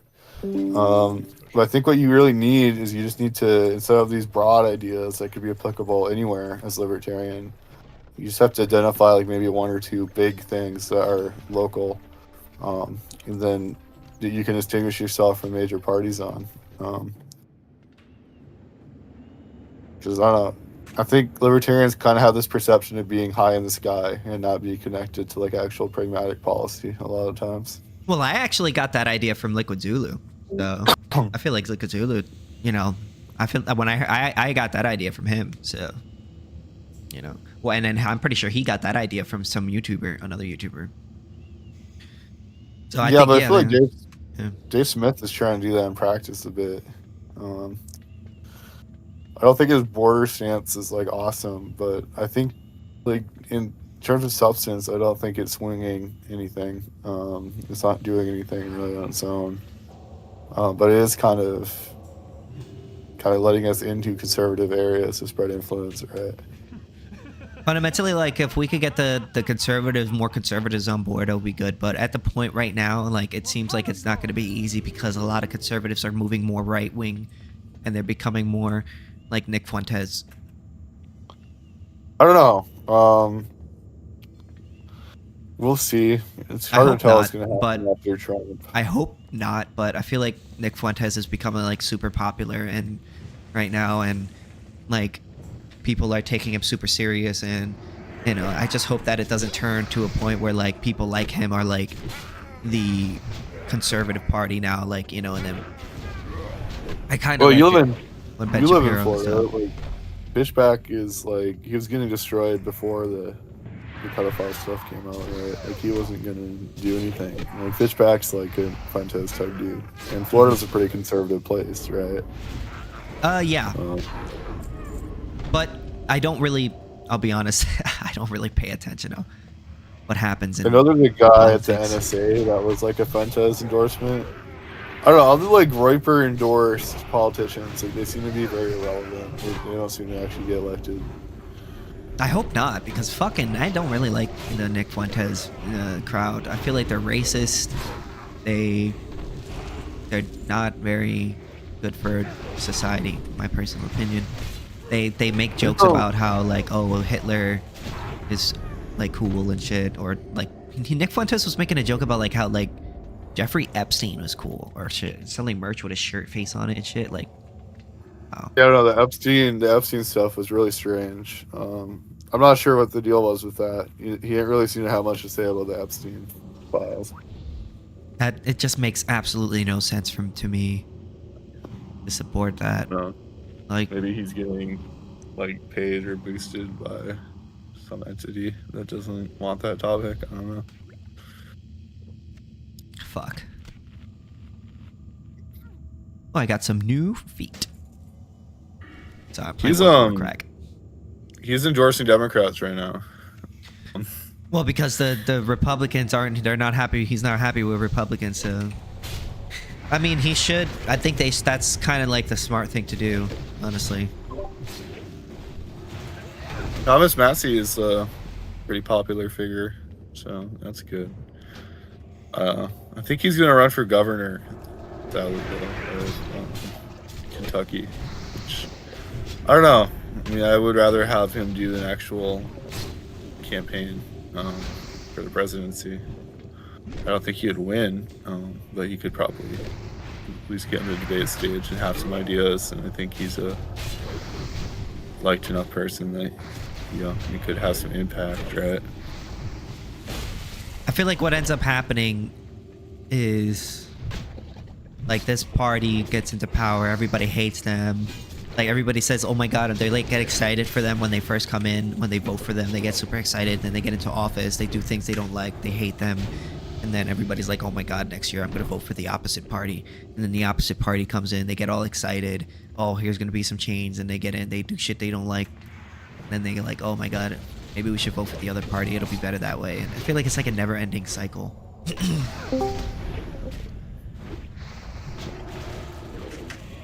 I was a little excited for Trump to get elected because it seemed like he had some libertarian impulses this time as far as foreign policy goes. I'll say he's better than Kamala, most certainly. I didn't vote for him, but he sounded like he might be based on some things, and that's kind of been demonstrated not to be true. You know, it's unfortunate. Because Donald Trump and his stupid tariffs, I really don't like them. I just wish that we could just, like, there are countries that have really cheap electric cars that are so cheap that we could buy them, or like, and we don't because of tariffs and restrictions and stuff. Like Huawei they had like these triple like Samsung wasn't the first person to make a triple opening tablet phone. You know what I'm saying? There was a Chinese one first, but we couldn't buy it because it was like a restriction or some shit. Yeah. So we had to wait for Samsung to make one, but then the one that Samsung makes is like fucking expensive as shit. You know what I mean? Like. Well, the issue with the tariffs, I think most people kind of understand they're not intuitively great, right? And I think Kamala and her team recognized that tariffs weren't particularly popular. But just rhetorically, it's hard for them to have any kind of opposition because these aren't principled people. So when Kamala says, like, oh, he's going to have tariffs, it's going to raise your cost of living, and she's describing a fact, well, Trump can just say the same fact back, which is like, well, you kept my tariffs in place. So it's like, I don't know, like, it's sad because I think that these parties that are statist, right, they have a tendency to do very statist things, and then sometimes they call out statist things because they think it's politically expedient, but it's kind of shallow and it's not effective. So it kind of just leads to the situation where we just keep doing statist things even though we like bitch about it, even within our mainstream parties. It's basically like it's call out the state when it benefits me, but when it benefits thee, don't just stay silent. Well, the issue is then when you do call out the state, then it's not effective anymore. So it's like the no king stuff is laughable to us libertarians because these people are protesting about no kings. Like, well, I guess we can agree on the borders. Like these people, like just a couple years ago, are probably advocating to take our guns away or lock us up for COVID, right? I have no sympathy for these people, and like they are basically tyrannic, right? And they're hiding behind this no king sign. I don't know, it's just sad because I feel like liberty is just so hollow for normies. Pretty much, fundamentally, like they act. I mean, really, what it is like it isn't about getting rid of control from the state, but it's more giving control to us. Let us wield it. Let us be the king. You know? Yeah, I don't know. The fact so many people are investing in these political parties, I don't know if I really trust people being their own kings. Well, because when you give people power, there's all the incentive to take advantage. I mean, that's why I don't really trust a state with a Federal Reserve, because I feel like because of politics, they are incentivized to do what is best for them and not always what's best for the country. So, you know, even if there's theoretical things that you could do to make everything better, if we had a Federal Reserve and things like that, I just don't trust the people in the state to make the right decision in terms of that Federal Reserve, because they're going to just do things that benefits them. We kind of insulate the Federal Reserve and we have rules set up to try to keep them accountable within that framework. Yeah, but it doesn't work. I mean, they've done a good job overall. They don't get to regulate the financial sector. They don't get to determine like what the composition of like banks' assets are, or like what financial devices people are using. Those are the things that lead to you know, business cycles, like people investing in mortgage derivatives or REITs, right? Like all these different devices that nobody understands, even the people dealing in them, that leverage the whole economy on debt, right? That's not their fault. They don't get to regulate the banks. Their mandate is just to control the monetary supply, and you know, lend to the banks and sell bonds and buy bonds, right? So a lot of this like endogenous business cycle stuff. I mean, there's an argument that interest rates can contribute to it, but a lot of the misallocation is beyond their ability to regulate. So I don't really blame the Fed for that. And obviously, the interest rates are high right now. That's not because they want the economy to be hot. They're trying to cool it. And I think that's because they do understand that there's a kind of possibility for an AI bubble or just instability in general with the Trump presidency. So I think that they're pretty responsible overall.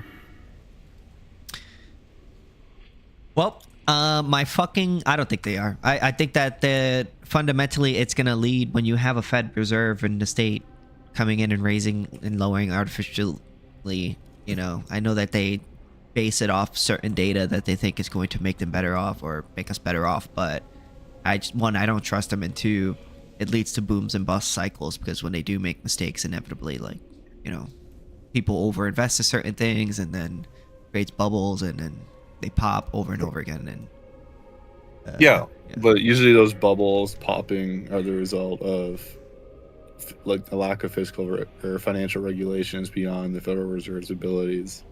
I could agree with the low interest rate thing, but I think they've gotten a lot better at that since 08. They're a lot more concerned about cooling rather than just heating the economy. I think it's just best to let prices do what they do best and allow them to allocate scarce resources to their most valuable and productive route, and as opposed to just like trying to, you know, because you run into what they call the knowledge problem when you try to manipulate the economy like that. Like, it's impossible to have all that knowledge. Yeah, there's ontological uncertainty about the economy for everybody involved in it, right? And I would agree it's not perfect, but I think that you do need you mean, I don't know, like the growth targeting stuff I'm not a huge fan of, but you at least need a backwards facing Federal Reserve to meet demands for money and like stop deflation from occurring and bail out banks when they fail. I guess I could agree with you. With the current mandate, like they do growth targeting and they target unemployment stuff. I don't know if that's sufficient for the Fed to do. I think that I'd rather just have the Fed attempt to maintain financial stability and not attempt to target growth or unemployment, right? Mm-hmm. But I think there's a role for the Fed that can be less speculative, which would be good. But the thing is, I don't trust. The thing is, another thing is when you have money that you didn't earn yourself, you aren't as incentivized to make the right decisions otherwise, especially when there's benefits to spending it in certain ways that might, you know, help your campaign or something like that. Yeah, we could definitely connect the FDIC and the Fed together and give the Federal Reserve System a little bit more oversight abilities to regulate banks and the assets they hold to hold them accountable. Because banks, like, if they make bad decisions, they'll fail. But the thing is, the people who are in that bank, they're the only ones that really get harmed, or maybe some other banks if they're connected, right? But like, if you have the whole Federal Reserve and that shit fails, like, everybody's fucked. The Fed can't fail. They print their own money, right? Well, there's only so far you can do that. I mean, it's you not just the same you're just pushing the inevitable further because this debt isn't going to pay itself. For the United States, at least, we don't really have a budget constraint on that level. At least not currently. It could become the case that interest became more and more expensive, but we could realistically like the. I mean, we're already at lower interest rates right now. Like, we don't pay as high as we should. Yeah, we could just require banks to hold more bonds. If we have different mechanisms we can do to offload our debt. Yeah, but to me, that's just pushing it off even further. You just, you know what I mean? Like, you're just continuously pushing it down the line. Yeah, that's kind of how our system's set up. But then, like, the bubble just gets bigger and bigger and bigger and bigger. It can't be. I can't imagine it working forever. Well, I don't know. Maybe not forever, but like forever is a big word, right? Obviously, no system's gonna last forever. I know, but the more like bigger the bubble is, like, the more catastrophic it'll be for like everyone. It's just not. It's not a huge deal if the deficit increases, as long as like real productivity and stuff increases. Because I mean, you're gonna have some inflationary pressure from it, I guess, in the long run. But if the economy is growing, yeah, but that could change in terms of like. I know I don't mean to black pill you, but like there's a lot of people saying, "Oh, this we're not having enough kids to make up for this." That's why once dump gets out, we'll get back to our net immigration flows. So. Well, but the problem with immigration is that the people who move here eventually, what they call it, assimilate, and then they stop having kids too.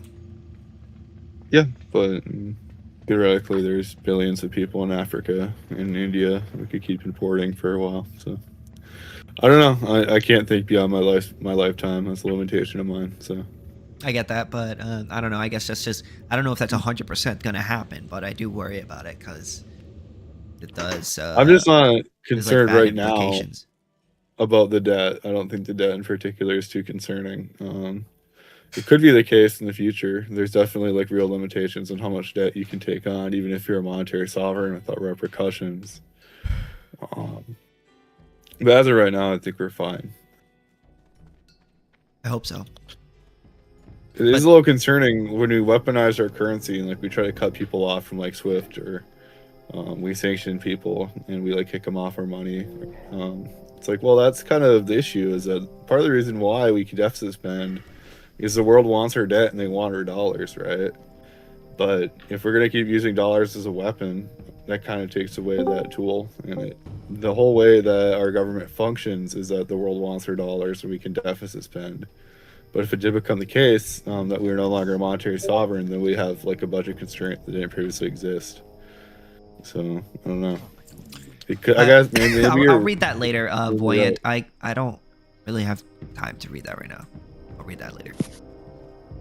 You're good. I just thought it was relevant to this discussion. Because some of what you guys are talking about is allying yourselves with like politicians who will put good policies, quote unquote, into practice. And yeah. The thing is, right, is that the question I always ask myself, right, if I was in the 1% situation, will I behave the same way? Similar to, let's say, the middle class and wanting to protect their position within society, right? So, like, would you say that all classes within society work together? Which the truth is they don't, right?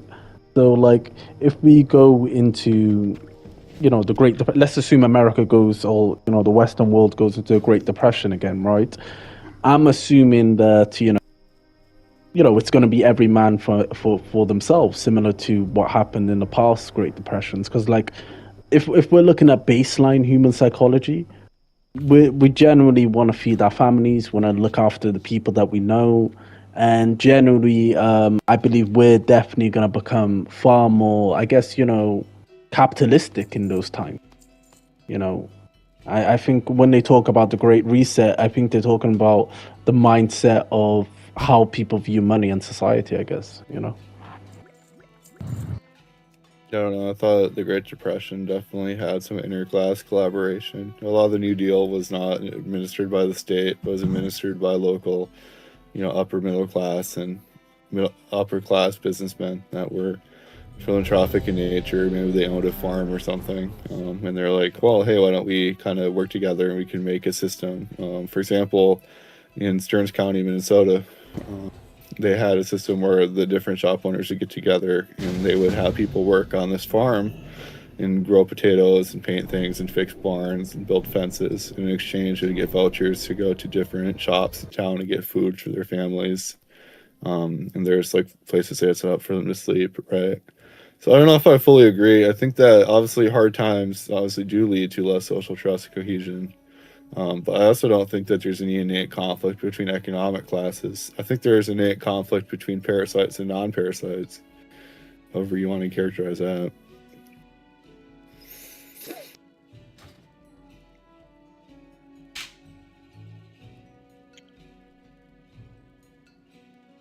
Sorry, I'm playing video games. I'm against government because taxation bad. Sure. Yeah, God gift. I sent you this essay that I wrote about libertarians having allies or not. Couldn't go either way. But did you send me something? Yeah, I did. I think on this account. Did you like get banned on your old account or something? No, it's on my laptop. I don't have access to it right now. You can send it to me here. I did. I don't know. I don't even believe in voting ethically. I guess I just feel like in a perfect world, like policy-wise, we'd have fiscal policy during depressions. I think any policy is bad. You could feel that way. Policies are bad. I mean, in general, like my policy would just be don't aggress. That would be my policy. You know what I mean? We could imagine a totally voluntary government that engages in free market fiat and has a, deficit during a recession. Like it's not. It would just be a private company. Yeah, the government is like you could have like a city town or something like that where they do something similar to that, and the government is just an organization that allocates goods and values. It would be a private government as opposed to a state government. Yep, like a corporation is a government, right? So, a government is a class of people that make their living by expropriating from the productive class. No, you don't want to. We're kind of defining it differently. Like we would say, government it would just be a governing body, a group of people who are governing an area, whereas like a state would be like a legitimized criminal organization. So that's why we differentiate from a private government and a state government, because one isn't violating anyone's rights and the other one is. I think a state and a mafia are like subcategories of government, right? Government broadly is just a group of people that like get together to make decisions. It doesn't have to be violating people's rights or coercive at all. I would say that what differentiates like a mafia from like a normal state is the fact that people consider them to be like okay. And perceived legitimacy. Yeah, like so I would put like personally I would say like a mafia is a basically just a private criminal organization, whereas the state is a legitimized criminal organization. Yeah. Because they're like doing it for themselves, but they're not legitimized. I always I look at the decay of our society. And did you guys know, like, the Catholic Church invest in the arms industry? Yeah, they're a government. Wow. Fucking crazy. Okay, so then imagine that we have some people in an anarcho-capitalist society, and they decide that they want to make some decisions, right? And they decide to tell people, we need to save more, we need to spend less, and we need to, I don't know, do something else. I'll just say save more. But then a couple people are like, no, fuck you. And they start spending more. And they're just more sort of indulgent. And they kind of mess you up. What are you going to do in that case? Because the government, could be like... What do you mean by mess you up? Like, what do you mean by that? They don't listen to you. Mess up your intention. Mess up your goal, which is to save more. It could be the case that you made a deal with them that has a conditional transfer clause, like in the Kinsella contract theory, where if you don't abide by the decision of the collective, you might owe them, I don't know, 100 coins or whatever. But realistically, in an anarcho-capitalist society, government would not be legitimate in punishing you at all. You'd just be free to leave the association unless there was some kind of transfer clause. I'm assuming that you got everyone into the association. What? Because it seems like if I was presented with a contract that said, "Hey, you have to listen when we tell you to do something that's better for our economy or something," or you have to pay me a bunch of money, I would be like, "No, screw that. I'd rather make my own decisions." If they compelled you to sign that contract, or they compelled you to follow that would be a state, right? That'd be a criminal government. Exactly. But you don't want to just optically speaking, also just what the word means. You don't want to concede government, because then people are like, well, with no government, there's chaos. And it's like, well, yeah, anarcho-capitalism at least is not opposed to government. It's opposed to involuntary government or criminal government. Or just a state, we normally say. Yeah, but what anarcho-capitalism proposes is a system of government. We have polycentric law, we'd have banking, we would have, utilities and services, and pretty much all the functions of government were privatized. So it's still a government, right? It's just not a criminal or state government. We hate taxes. So taxes are ass. By polycentric government, or by polycentric law, do you mean that there'd be like a market for rights? Yeah, polycentric law is kind of like applying invisible hand to decentralized legal systems, which is that they're going to kind of come into alignment. Not for rights, but as far as enforcement. Obviously, the theory is that they're going to adhere broadly to natural law.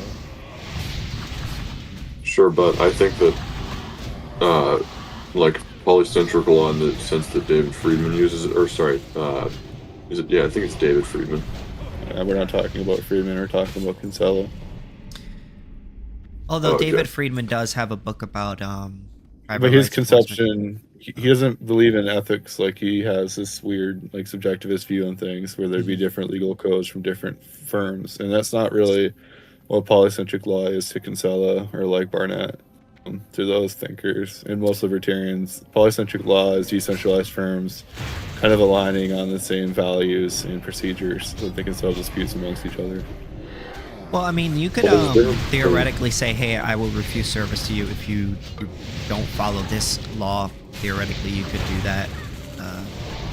You just wouldn't have the right to force them to follow your law. You would just have the right to refuse service. And I could see that working for certain businesses to like prevent certain things, right? You know, like, I don't know. But that wouldn't be good if you were a rights enforcement agency. You want to enforce the same laws as other people. So if your clients get in a conflict, you don't get in a conflict with the rights enforcement agency. You have clear procedures. Well, there could be certain laws that some people really, really want.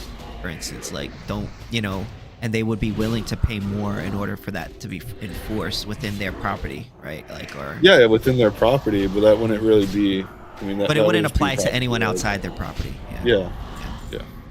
Well, I think what's important, like, the foundation is not the polycentric nature of what's going on. Like, if you don't have the non-aggression principle, you don't have anything. You don't have anarchy. Yeah. So I think it's better to start foundationally with the NAP. Yeah, and then to say that it's sort of defense is provided in a decentralized NAP. The idea is that like we all fall. Well, I don't know if I follow it. Kinsella follows NAP. He's a Hoppian, right? And he extrapolates that there's a tendency for the invisible hand to arrive at the NAP. But if it was the case that the polycentric legal system was violating the NAP, wouldn't it be justified? He's just giving an explanation of how a legal system would look like in anarcho-capitalism. Yeah, Friedman is kind of like more like how it could work, whereas like Kinsella is like also kind of how it could work, but he's more like on the ethics stuff. He delves deep on like the ethics stuff. I don't think Friedman actually cares about ethics or anything. He's just kind of a... Yeah, he's like more of a he's a consequentialist. So he supports the NAP, but in certain situations he will deviate from it if it upsets him enough or whatever. And I think there's very few actual Friedmanites in the world. It's kind of a defunct branch of libertarianism. They like seasteading. That's kind of cringe. Though. I mean, I feel like seasteading is pretty much cruises.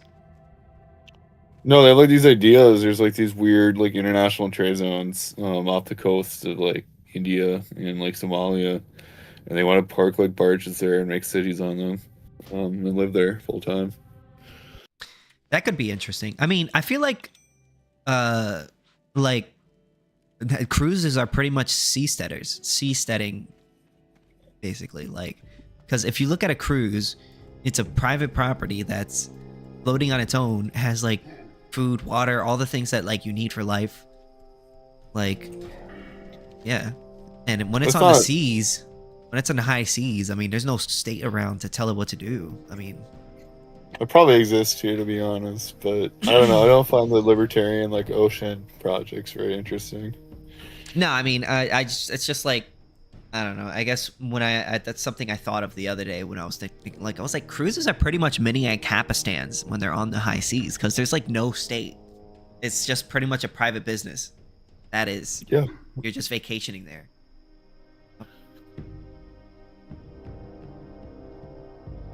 I think it's mostly kind of a scam, to be honest, this seasteading stuff. I don't know. It used to be a big deal. Like back in the 2010s, people were big on it. But libertarians just are kind of bad at making communities. Free state project seems to be kind of dead, too.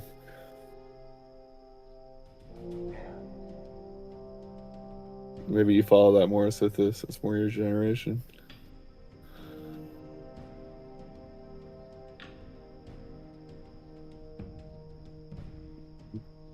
Alright, I'm back. I'm back. So, Yes, it is. What do you think about the Free State Project? Pretty sure it's dead. Yeah. I don't know. I hope they do. I hope it's still going. I don't really know anything about it. I hope it's going. I don't really hear anything about it nowadays. Yeah, they seem to lack organizational structure. Yeah. Reduce the state.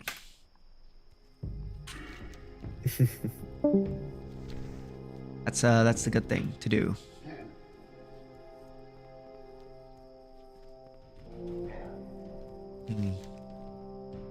I didn't even get any good gear. Let's run another dungeon.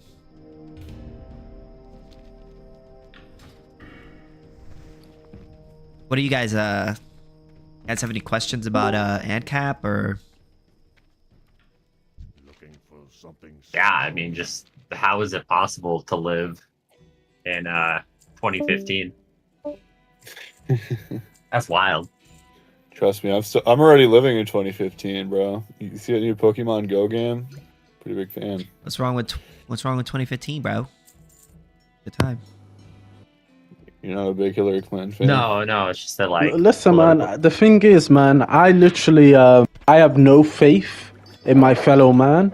So either worst case scenario, we're gonna end up in a cyberpunk universe, or worst case scenario, we're just gonna end up in a not even a multipolar, just a two-polar world. People with China and people that aren't, pretty much.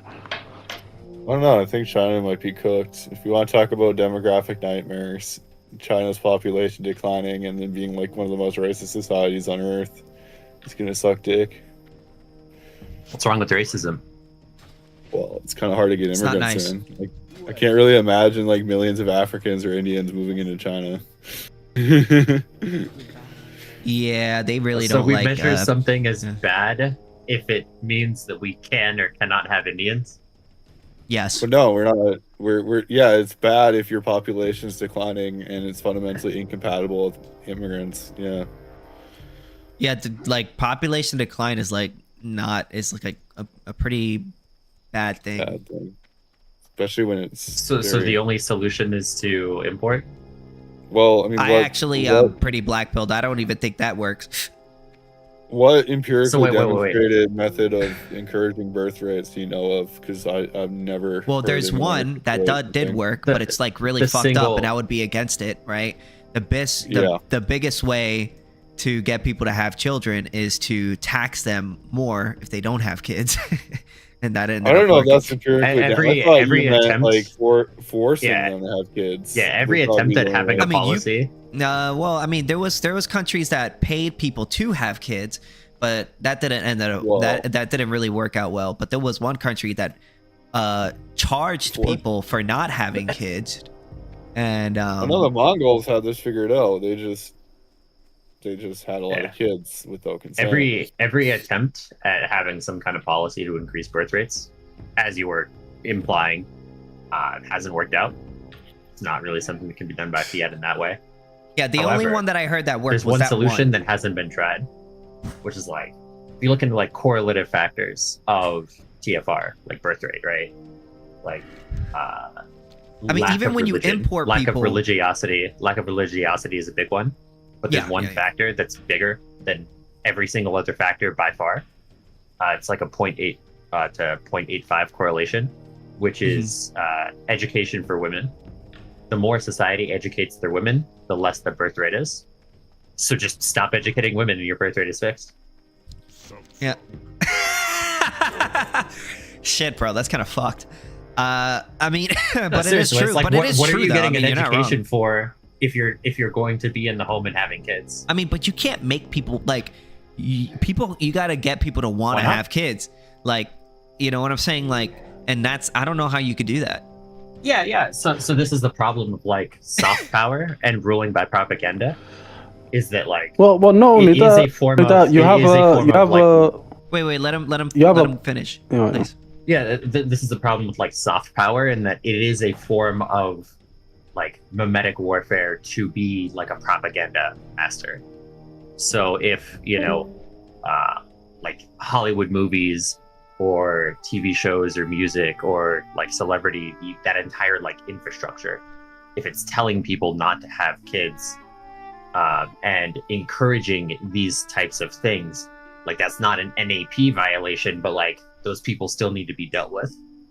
Like a society cannot function when you allow subversives to just roll rampant and like be very, very what if I don't want to like have a persuasive kid? I mean, sure, but we're talking about generalities. We're not talking about the particulars.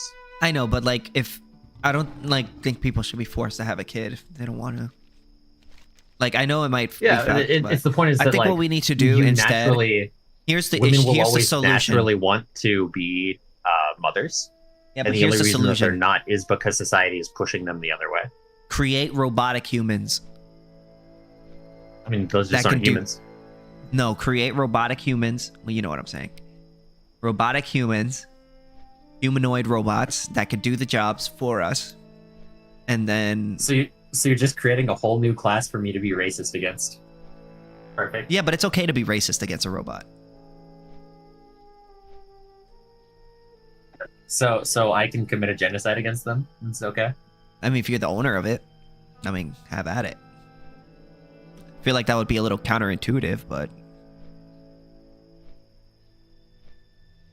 yeah, if we have robots to do all the work for us, we won't have to worry about old people taking care of the old people or Social Security or anything anymore. Because yeah, that's the problem is that like if you are an ANCAP, the issues of birth rates don't matter.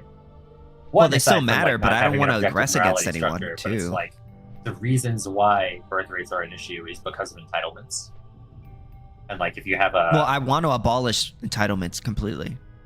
Yes, and so in that point, like it's not important to keep your population pyramid to be bottom like high.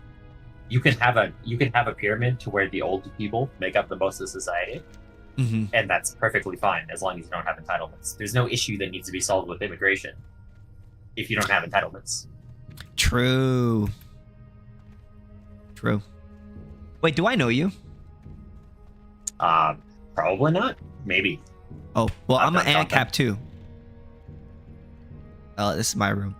And I have a YouTube channel. And you're on it right now. Indeed. But yeah, I agree with you 100%. Like, I think most of the issues that we have is because of entitlements in terms of like the population issue.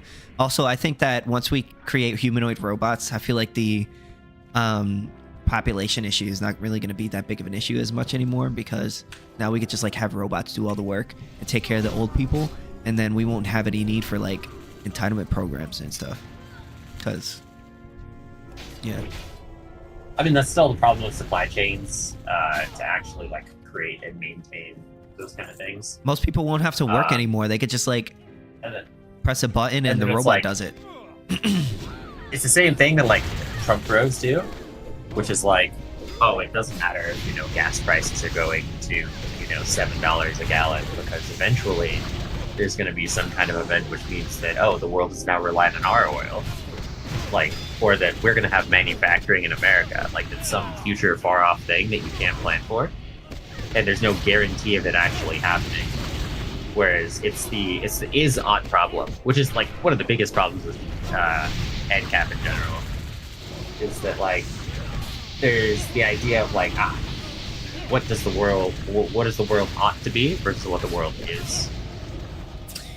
Well, argumentation ethics doesn't cross guillotine, but it basically makes it so that it's a series of is statements that prove that you can't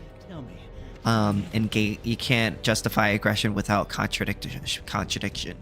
So it isn't it isn't an odd statement, but it's a series of is statements. And yeah, then it's just the question of like to what ends, and why are those ends worth pursuing over others. So like, well, that's personal preference though.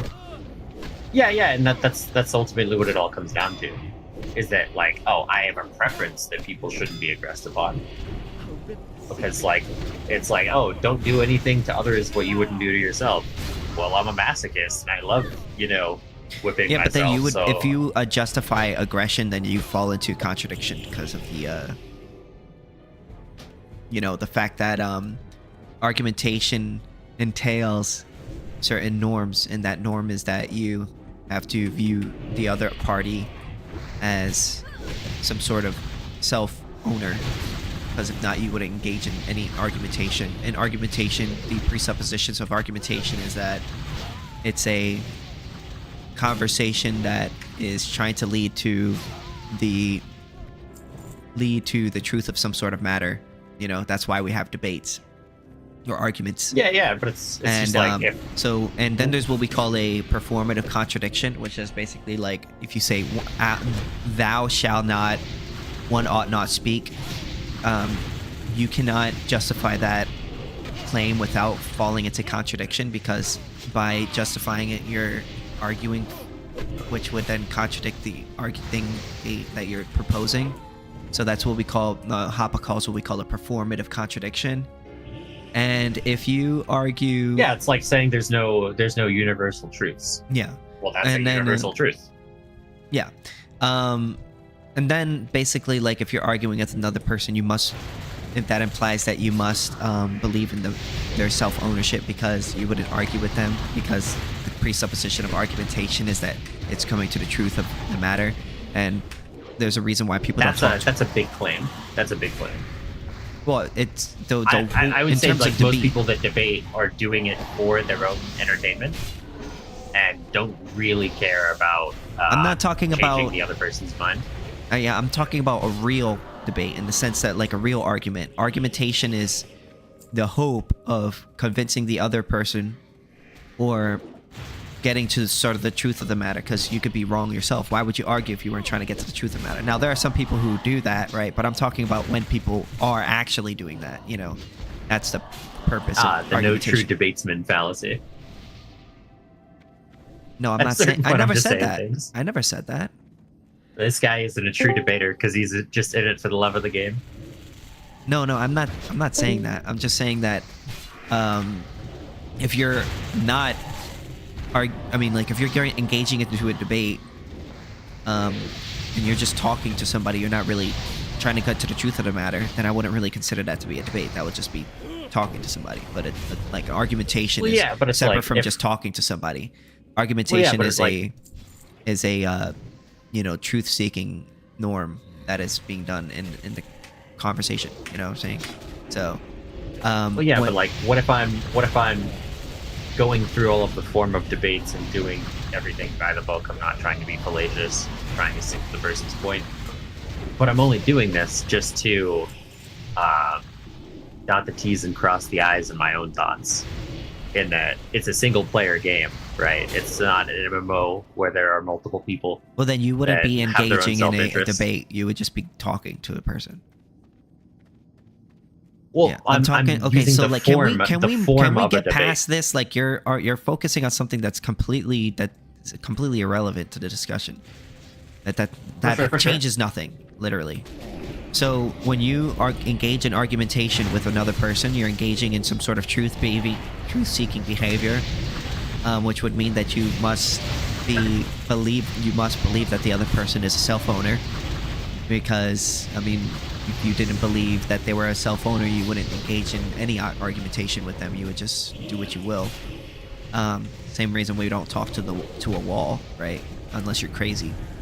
So that, in engaging in argumentation, you're basically presupposing that you believe in self-ownership. And also, if you are engaging in argumentation, you're using not only your resources, but external resources, which also means you also believe in self-ownership in yourself.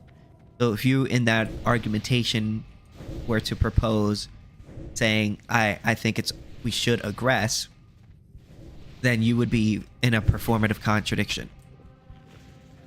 Because it's good to aggress. Because you're proposing something that contradicts the norms of your actions. So, for instance, like the same way if you say that you believe that it's okay, I mean, you think that one ought not argue. Well, in order to argue that, you have to argue. So that would be a performative contradiction. The same way as if your presuppositions of argumentation is gaining the truth of the matter, thus you believe that the other person is an agent, believing that they have self-ownership, which means that to argue that they don't have self-ownership in that argumentation would then be what we call a performative contradiction.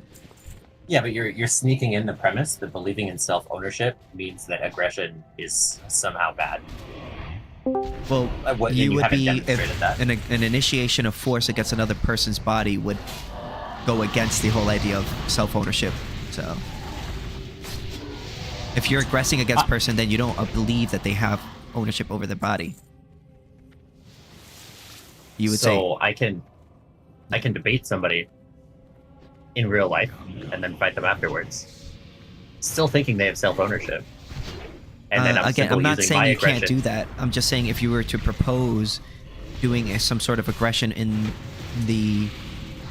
some sort of argumentation, you would fall into some sort of a argumentative contradiction, thus making a aggression unjustifiable. Not saying that you can't do it, but it's unjustifiable, and unjustifiable ethics are false. Yeah, but you're still sneaking in the premise that believing in somebody's self-ownership means that aggression against them is invalid. If you believe in self-ownership, it's not denying somebody's self-ownership to aggress upon them. It is self-ownership. That is self-ownership. Self-ownership, if you are engaging in conversation with that person, you believe in the self-ownership of that person because you believe that person to be a self-agent, an agent worth even engaging in a discussion with. And because of that, if you were to say, I think I should punch you while engaging in argumentation, which the prerequisite for that is that you believe in self-ownership for the person in front of you as well as yourself, then you would be in a performative contradiction. So like if I argue with ChatGPT, I believe in its self-ownership? How does that work? Yeah, you weren't here, so... Wait, who is that? Oh, it's you. Got you. Alright, go ahead. Yes. Yasuke? No, yeah, I mean, it's still just like... you're just restating the claim, but you're still just not demonstrating that aggressing upon somebody is somehow denying the concept at all of them having self-ownership. I never made that claim. Actually, if you aggress against somebody, the whole idea of self-ownership is that you believe that the person has the right to exclude others from their body. So if you aggress, then you're contradicting that idea. Yeah, absolutely. Would you disagree with that? I can still believe that somebody's body is theirs and they have like some level of agency. You would be over contradicting your belief if you say I believe in self-ownership while also violating another person's self-ownership. You would be contradicting the idea that you believe in self-ownership. Absolutely. I mean, I can violate something that I believe exists. But then your values would be changing at that point because your values were one thing at one point and they changed at another point. But the value of believing that somebody has self-ownership doesn't mean that aggressing upon them is somehow like denying that's existence. And aggression is an action, right? And what's presupposed in that action is that you don't believe that they own their body. Because if you believe they own their body, you wouldn't be initiating force against it. You would respect why not? them. Because why would I believe in respect them self-ownership? Just because they have it? Because if you believe in self-ownership and then you violate self-ownership, you would be contradicting your belief. I mean, how is it's just the point is like how is me aggressing upon somebody denying their self-ownership? Because ownership is the right to exclude, and if you stop another person from having the right to exclude themselves from you, then you're denying that right. I mean, how is it a right? Because it's an action that ought not be impeded. That's a right. I mean, where are we deriving this ought from? There is no ought. It's just an is. But you just said it was an ought. An ought that we ought not do this. Right? And that otherwise, no, I was describing what a right is, right? And if you believe, I'm not making any claim here. Now, I would say, like, personally, I believe people ought not aggress, but I'm not making a Hume's. I'm not making a is ought. I'm not trying to make a ought from an is. What I'm doing is I'm making an is from an is. I mean, that's what I'm doing. When you propose, if you propose not aggression while engaging in argumentation, which the presupposition of that is that you believe in it, then you would be in a performative contradiction the same way that you say that one ought not argue while arguing. All right, well, we're clearly not getting anywhere with this. So yeah, no, I feel that's fine. Let's bring I it to can like a send real you world example. If you want, I can send you example. Sorry, go ahead. I don't want to interrupt you. Yeah, bringing it to like a real world example is like, say there is a certain group of people, like, you know, it's within your community of like 1,000, it's like, you know, 20 people, right? And these 20 people are like effectively just really, really good at witchcraft, in the sense of like being able to convince others in your society without like physically aggressing upon them, just through pure, like, you know, hyper good salesman tactics of getting people to believe in ideologies that are just going to destroy them as a person. Like saying, you know, oh, I'm not gonna kill any babies. I'm not gonna, like, killing like literal babies, right?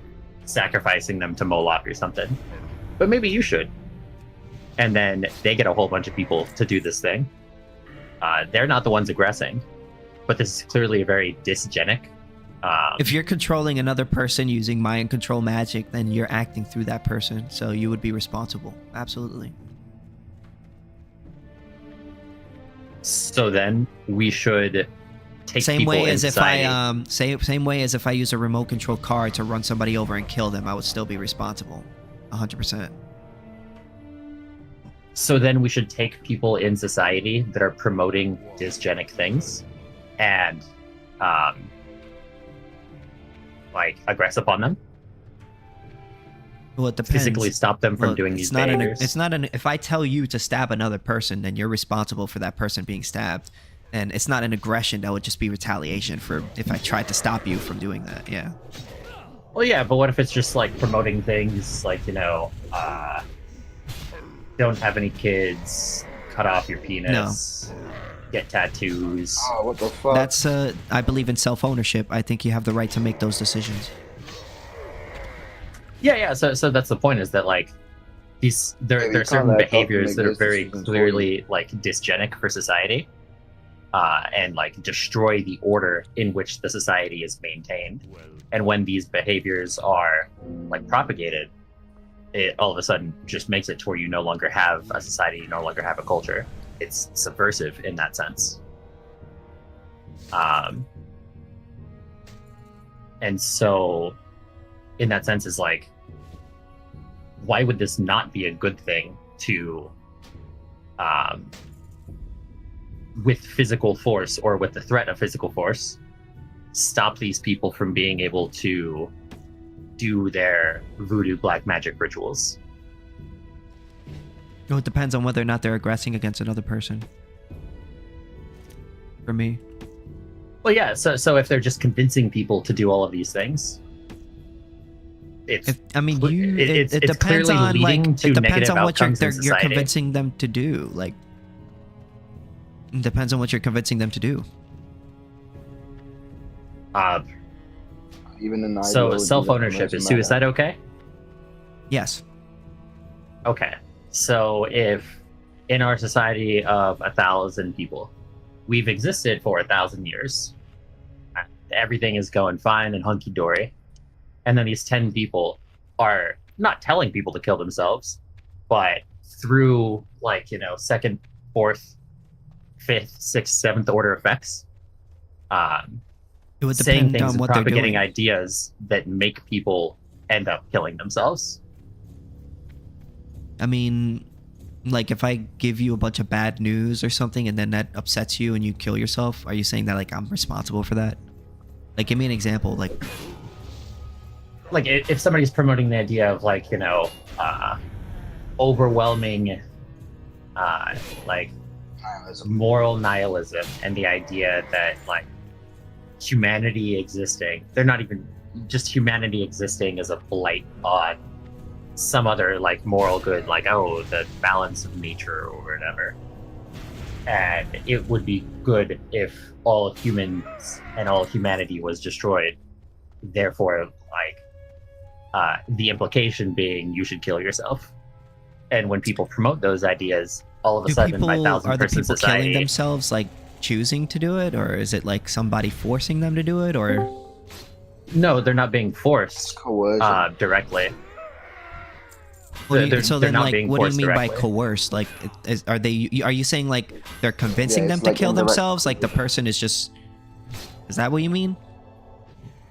Yeah, and they're not even directly telling them to kill themselves. They're just like convincing them to do it. They're saying like, oh, the Earth is bad, and if we live, well, if you're forced to believe in ideology, excuse me, identity.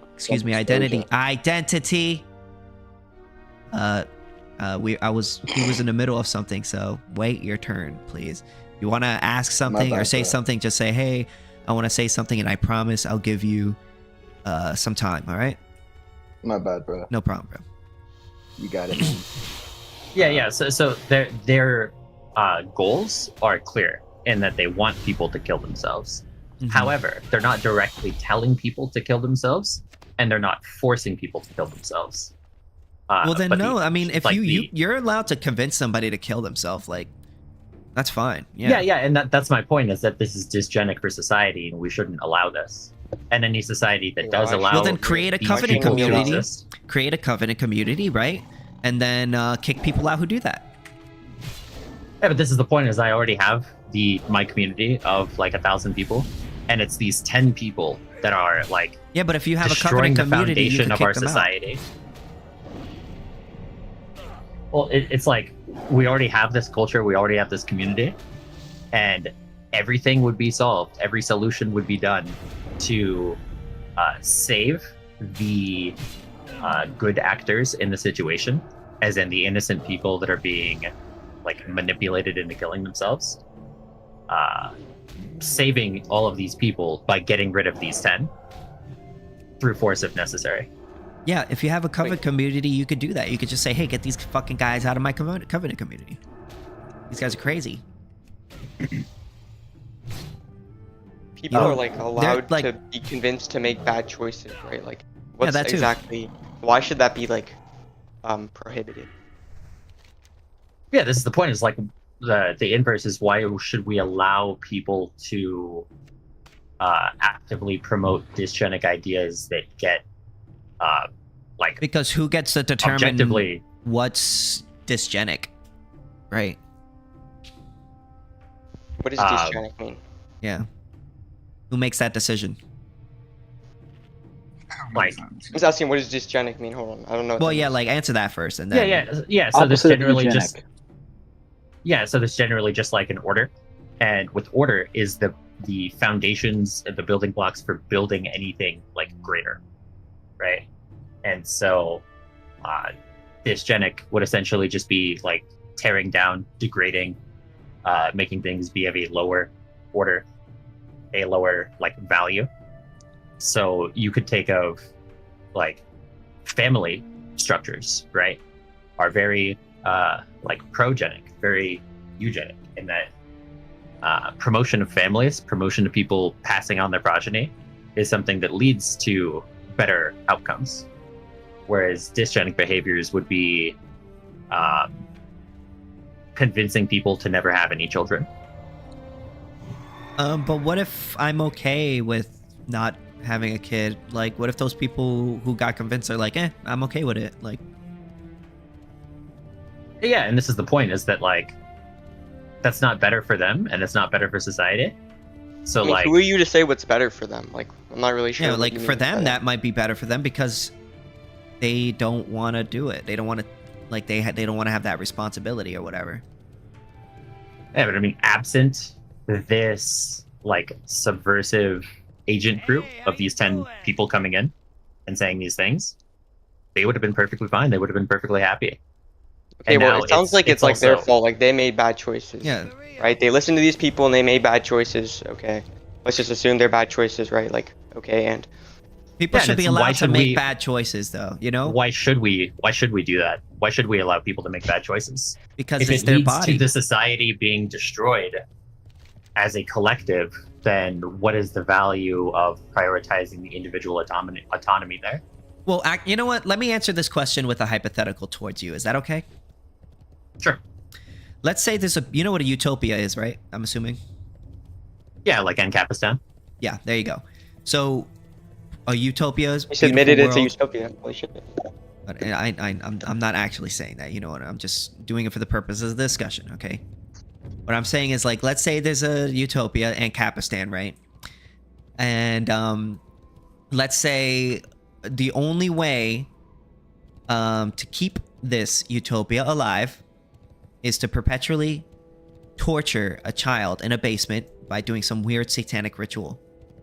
Torture and rape the child. Perpetually. And if you don't do it, then it'll collapse into a normal, like, city with crime, poverty, and scarcity. Would you say that someone would be morally obligated to torture and rape that child? No. Yeah, but it would be better for society. I don't believe in the conception that, like, what is better for society is just arbitrary. Like, I derive my ethics and morality from Christianity. Like, objectively, this utopia is better than, like, the non-utopia, right? Like, by every metric.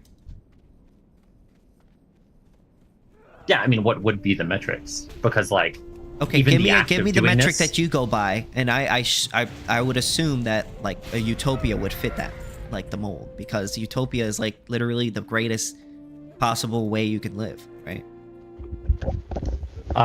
Utopia would be, and, like, the metrics in which you would do it is living as close as you can.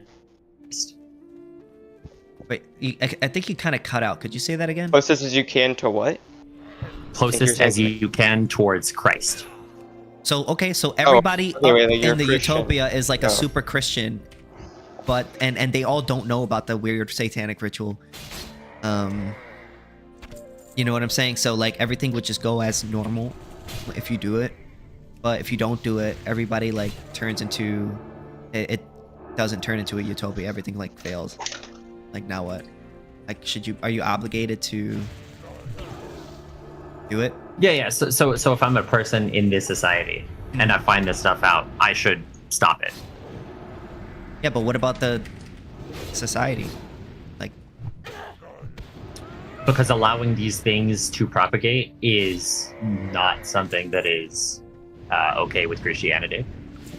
Yeah, I know, but like you're saying, basically you're saying, like, you know, torturing or harming a child, you would allow a utopia to, like, collapse into nothingness in the hopes, as opposed to violating the rights of a child. Like, is that what you're saying? Well, I mean, you said bringing it back to, like, a normal city with crime and stuff. Well, I would assume that one is objectively better than the other one. Like, utopia is better than the not utopia. Yeah. It's just like, there are certain things of, like, theft, right? That you're allowed to forgive theft under God's law. You're not allowed to forgive murder. Like, you need to put the murderer to death. That's not a crime you're not against, murdering like, the kid. You're just torturing it. Yeah. I mean, I'm just giving the general point is that, like, there are certain things that are just not at all acceptable to be allowed. And those things... But didn't you say you wanted to kill the people who were convincing other people to kill themselves? Yeah, and the babies are not those people. Yeah, but you said that the reason why you wanted to kill those people is because they caused more harm than good. In this situation, the baby is causing more harm than good if you don't torture it. Yeah, that's not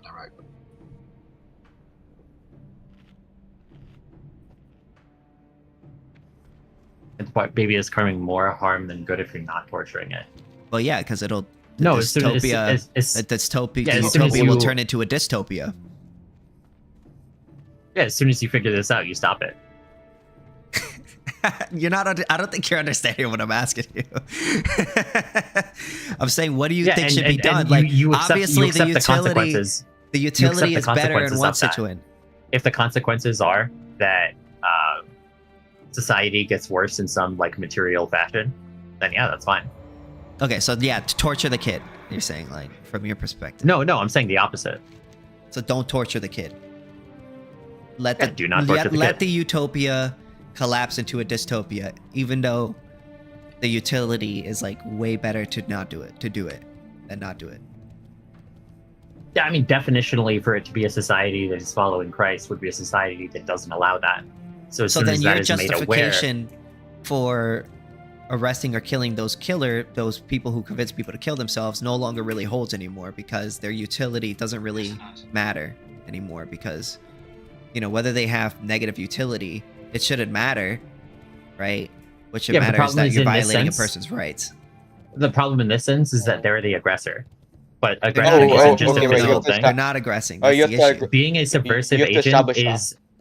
a subversive agent who is actively degrading a society is a form of aggression. That's rhetorical language. Like, you need to, if you actually want to step into the world of libertarianism, you need to start using.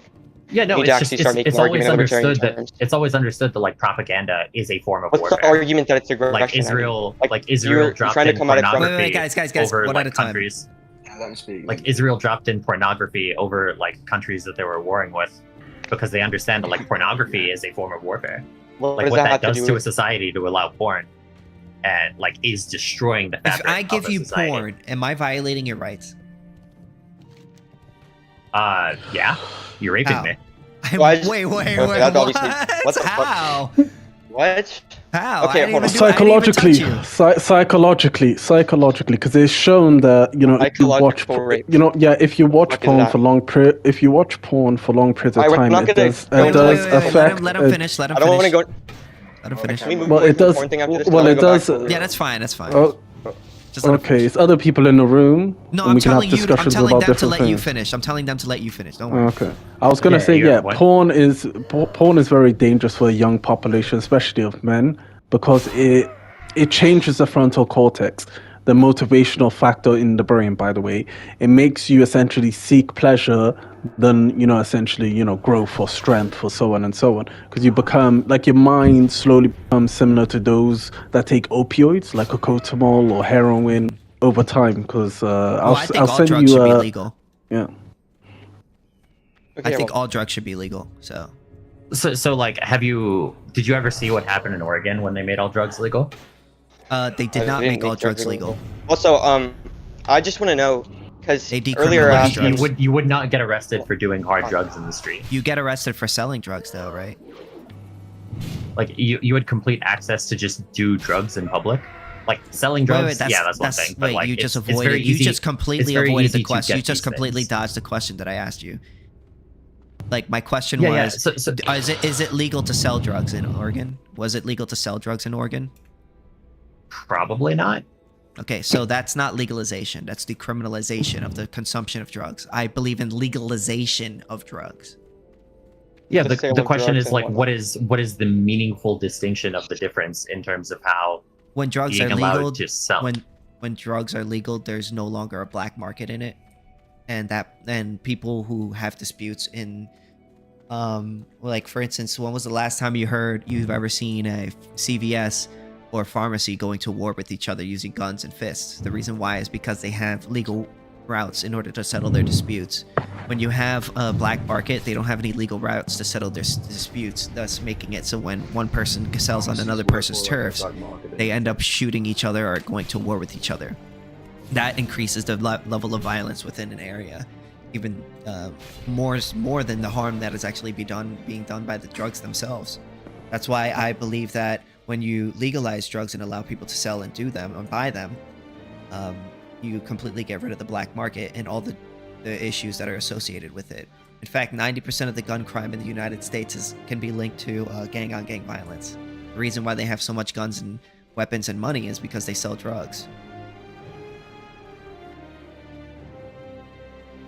Actually, I just released a YouTube video about this. You want me to send it to you? Yeah, but it's like the problem wasn't that it was like violence that was happening. It was the problem of people just blatantly doing all of these drugs in public. Well, yeah, like but you can go to any like you can campsite in the restroom. Property rights can deal with that because you could just like That's be a like, if you're a government property problem. right owner, you're a property owner, you could just say, don't do drugs around my property, and if they refuse, you could just shoot them.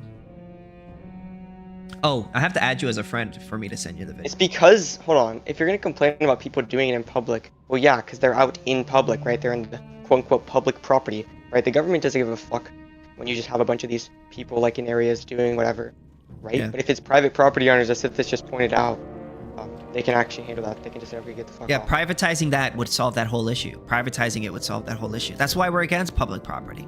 Because when you have public property, you basically create a situation where the state can, allow certain things that negatively affect other people in public. Like, you know, allowing people to pitch tents in front of people's houses. That's so fucked up. Like,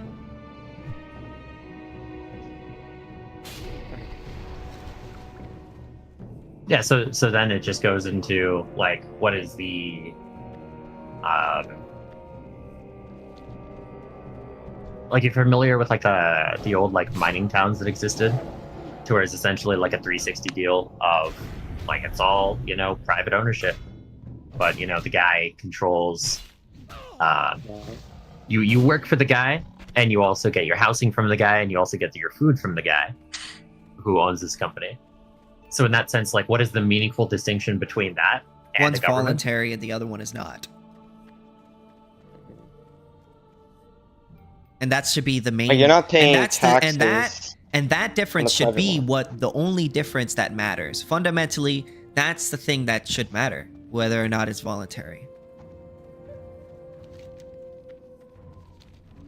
Because if you're on another person's land, they have the right to kick you out or do whatever they want or charge you to stay there, whatever they want. Whereas the state, they don't own the land, so they don't have a right to do any of that shit. Sorry, Cam, I didn't mean to interrupt you. That's fine.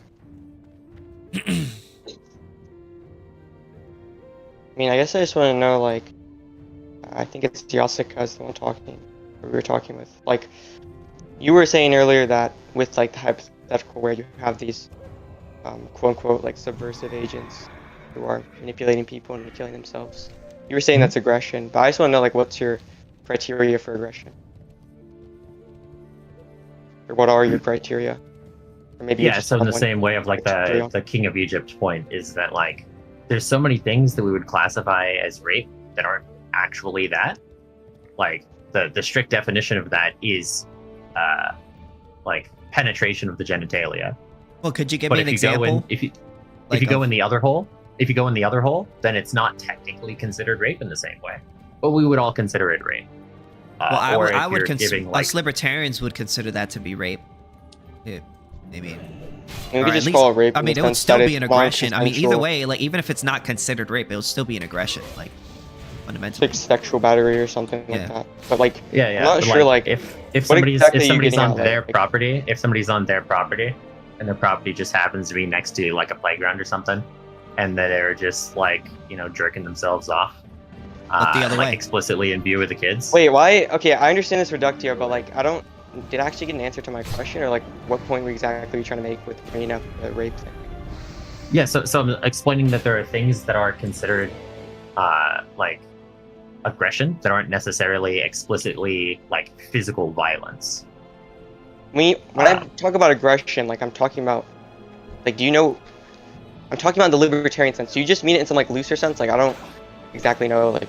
And the initiation of a conflict is how we would define. Yeah. So there are multiple ways of like making something be achieved to your end, and that like the masculine way of aggression, which is the like way that you're thinking about, is like physical force, right? Mm-hmm. But there are other ways of doing. It's not only physical force. Like that's why Sithis just said initiation of conflict, right? What he means by that? That's more specific than force or physical force, right?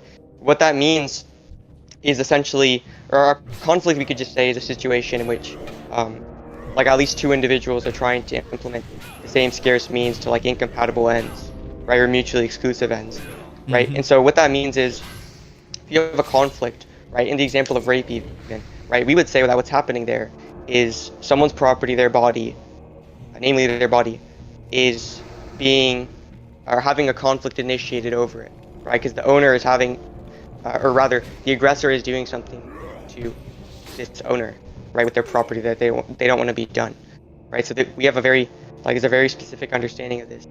I'm just saying that in the hypothetical, right, that's not actually aggression.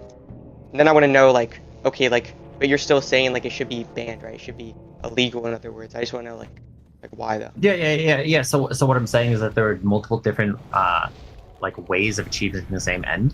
Is like if I'm in school and I want somebody to be dead, I as a man could either like physically kill them, or I could do the like feminine route of just starting a bunch of rumors about them, and then just saying a bunch of things that like implicitly just make them feel horrible about themselves. Yeah, like you defame them or something. To do it themselves.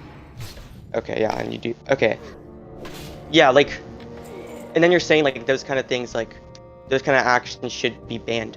And you keep. I'm not really sure, like what exactly is the reason? Like in the classical libertarian sense, which only understands aggression to be physical, like, or broadly I physical. explicitly clarified that it's not merely like physical force. You kept on using the word conflict, which is different than yeah, aggression. and I explained that. I'm not sure. Well, if you, like, conflict is the an aggression is the initiation of a conflict.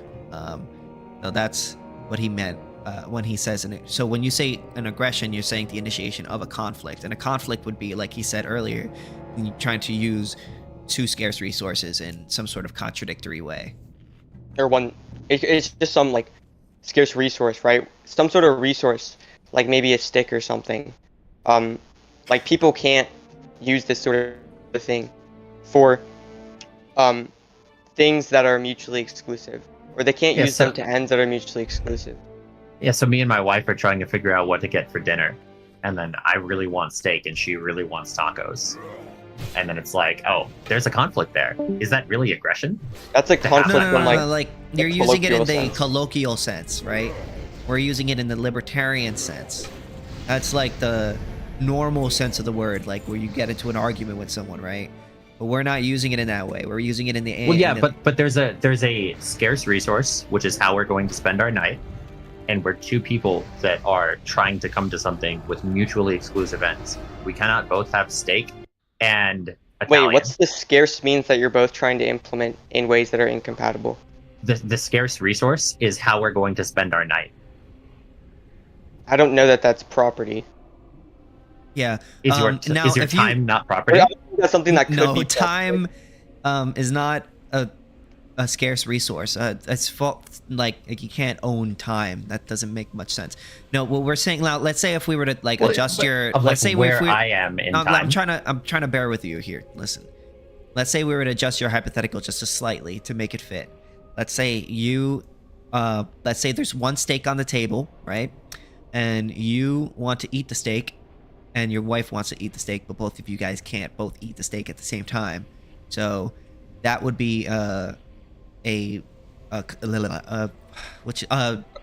conflict. Yeah, that would be an example of a conflict. Yeah. Yeah. So would this be a conflict of like, we're at a place that sells both steak and tacos, and we're only going to buy one. They don't have singular portions. They only have like two people portions, right? So we can't just buy both of them. You would be conflicting over we don't have enough room for the leftovers. money that you spend. Yeah, that would be the conflict. Because that would be aggression. If you force your will, I mean, it would depend on who's the owner. Yeah, I mean, eventually one side has to capitulate to the other. Yeah, but who's the owner of the money? That's what matters. That would determine who's the conflict, whether or not who's wrong in the conflict. I mean, I would say we just have a joint bank account, but I'm not sure that like strictly one tracks of you guys, the analogy that we're using. If you can't determine who the owner is, then there's no way to resolve that conflict. So you have to figure out who the owner of that money is, and then once you determine who the owner is, then you could determine who has the right to control it.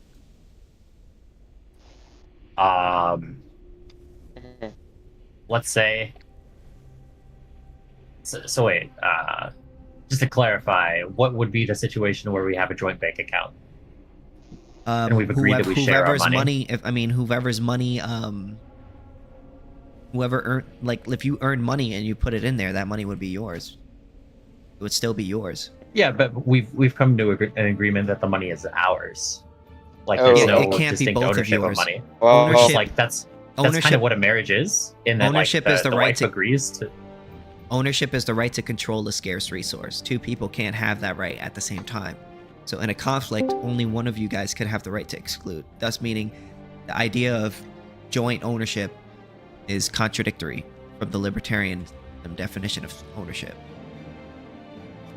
Okay, so the way that what you're doing most is you're marriages sharing handle their finances are just like null, like it just doesn't exist in libertarianism.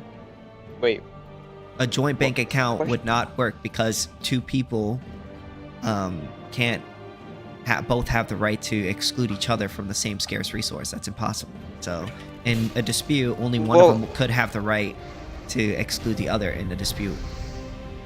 I mean, hold on, wait. They could have a joint bank account, but it just can't be the case that, like, they both own, like, say, all the money in the account or any portion of the money in the account. They can't. We're just saying that they couldn't both own it at the same time. Yeah. So for instance, if you do have a joint bank account and let's say you put $50 in and she put $50 in and there's $100, you would have the right to pull out $50 and that's it, because that $50 belongs to you. You guys can't both own the same singular dollar because. Well, yeah, but that's just not how marriage works. Well, I Hold on. understand. You do understand that, like, we're like coming at this from, like, in terms of, like, the property theory, right? We're saying that no, it doesn't make any sense, right? When it comes to how we're understanding ownership, to say that two people own something at the same time, right? People but can then you're saying, claim- oh, well, no, in real life this happens with ownership. It's like, wait a second, no, you have to establish how this is even coherent. We're saying this is not coherent. Yeah, so You can't just say this happens in real life. Like, we don't think there's actual collective ownership in real life. But you're just asserting that actually, oh, there is. If you look at marriages, no. Yeah, you could say all you want. Like for instance, if we both have $1 and we could say all we want. Oh, we both own this dollar. But if we get into a dispute over the dollar, only one of us could spend it. Both of us can't spend the same dollar on two separate things. It's impossible. Okay. So then, to bring the analogy of, we're on a cruise, right? Everything's already paid for. Mm-hmm. Or that it's not even a cruise. Like, there's some neighbors that are making food, right? And they're only going to give us one of the food in the situation to where we can only have one of the choices. They're just, being nice neighbors, but they can only give us a plate of 2 steaks or 2 sets of tacos. And then we have a conflict over that. Or, like, if you would even classify that as a conflict. If you were listening to us, you would understand whether or not it's a conflict. So you tell us. Well, yeah, but that's taking away the money. So then, in a sense, there is no conflict? Well, no. Unless you guys are trying to use the same scarce resource in a contradictory way. That's what a conflict is. If you were listening, you would know this. Conflict. Yeah. So there is no money. So there is no conflict. So there is no excuse me. aggression. I have to say this to you because you weren't listening before. So a conflict is when two people try to use the same scarce resource in contradictory ways. So in this situation that I've provided, to where there's no exchange of money. Well, are they both trying to use the same scarce resource in contradictory ways? I mean, in this sense, in terms of, like, physical naturalist. That is a yes or no. Knock on wood money. Is a yes or no. Where are they both trying to use the same scarce resource in contradictory ways? I mean, in the frame that we, like, people understand the world, yes. In the libertarian frame, no. Okay, so if they're not in the libertarian sense, then there's no conflict. Okay, so then it's not aggression if me and my wife want steak and tacos. No, not inherently. One wants steak, the other wants tacos. There's no aggression there. You can have a disagreement with your wife. That's not an aggression. Okay. And then it's only when it comes into the conflict of money and deciding who owns this resource in which it becomes aggression. A conflict, I have to explain this again, I guess. A conflict only occurs when two people try to use the same scarce resource in contradictory ways. Which is exactly what I said. Wait, when you're asked, if that is the case, then yes. If that is not the case, then no.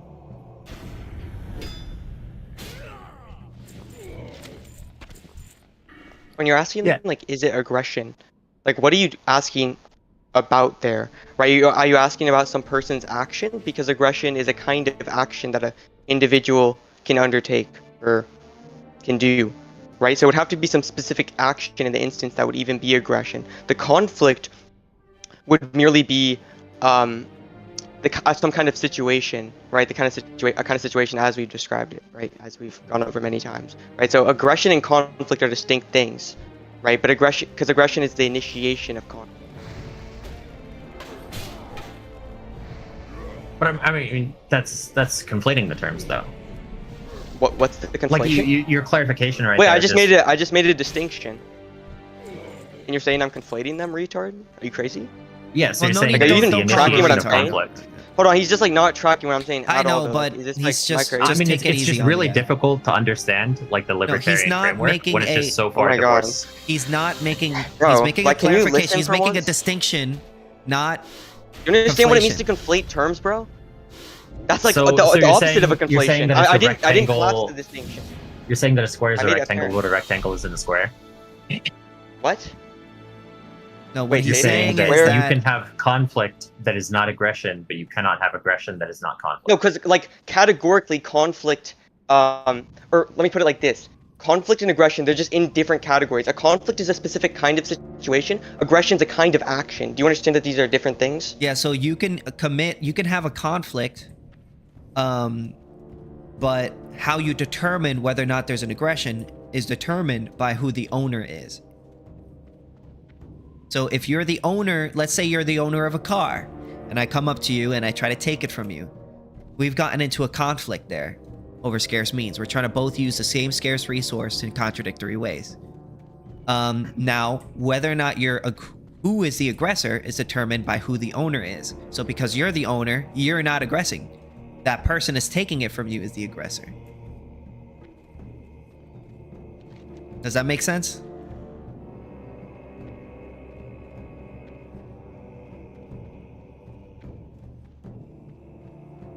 So, I think we're not getting anywhere here. I mean, that's fine. But I feel like we're being pretty clear. I don't know. I'm not sure what the misunderstanding is.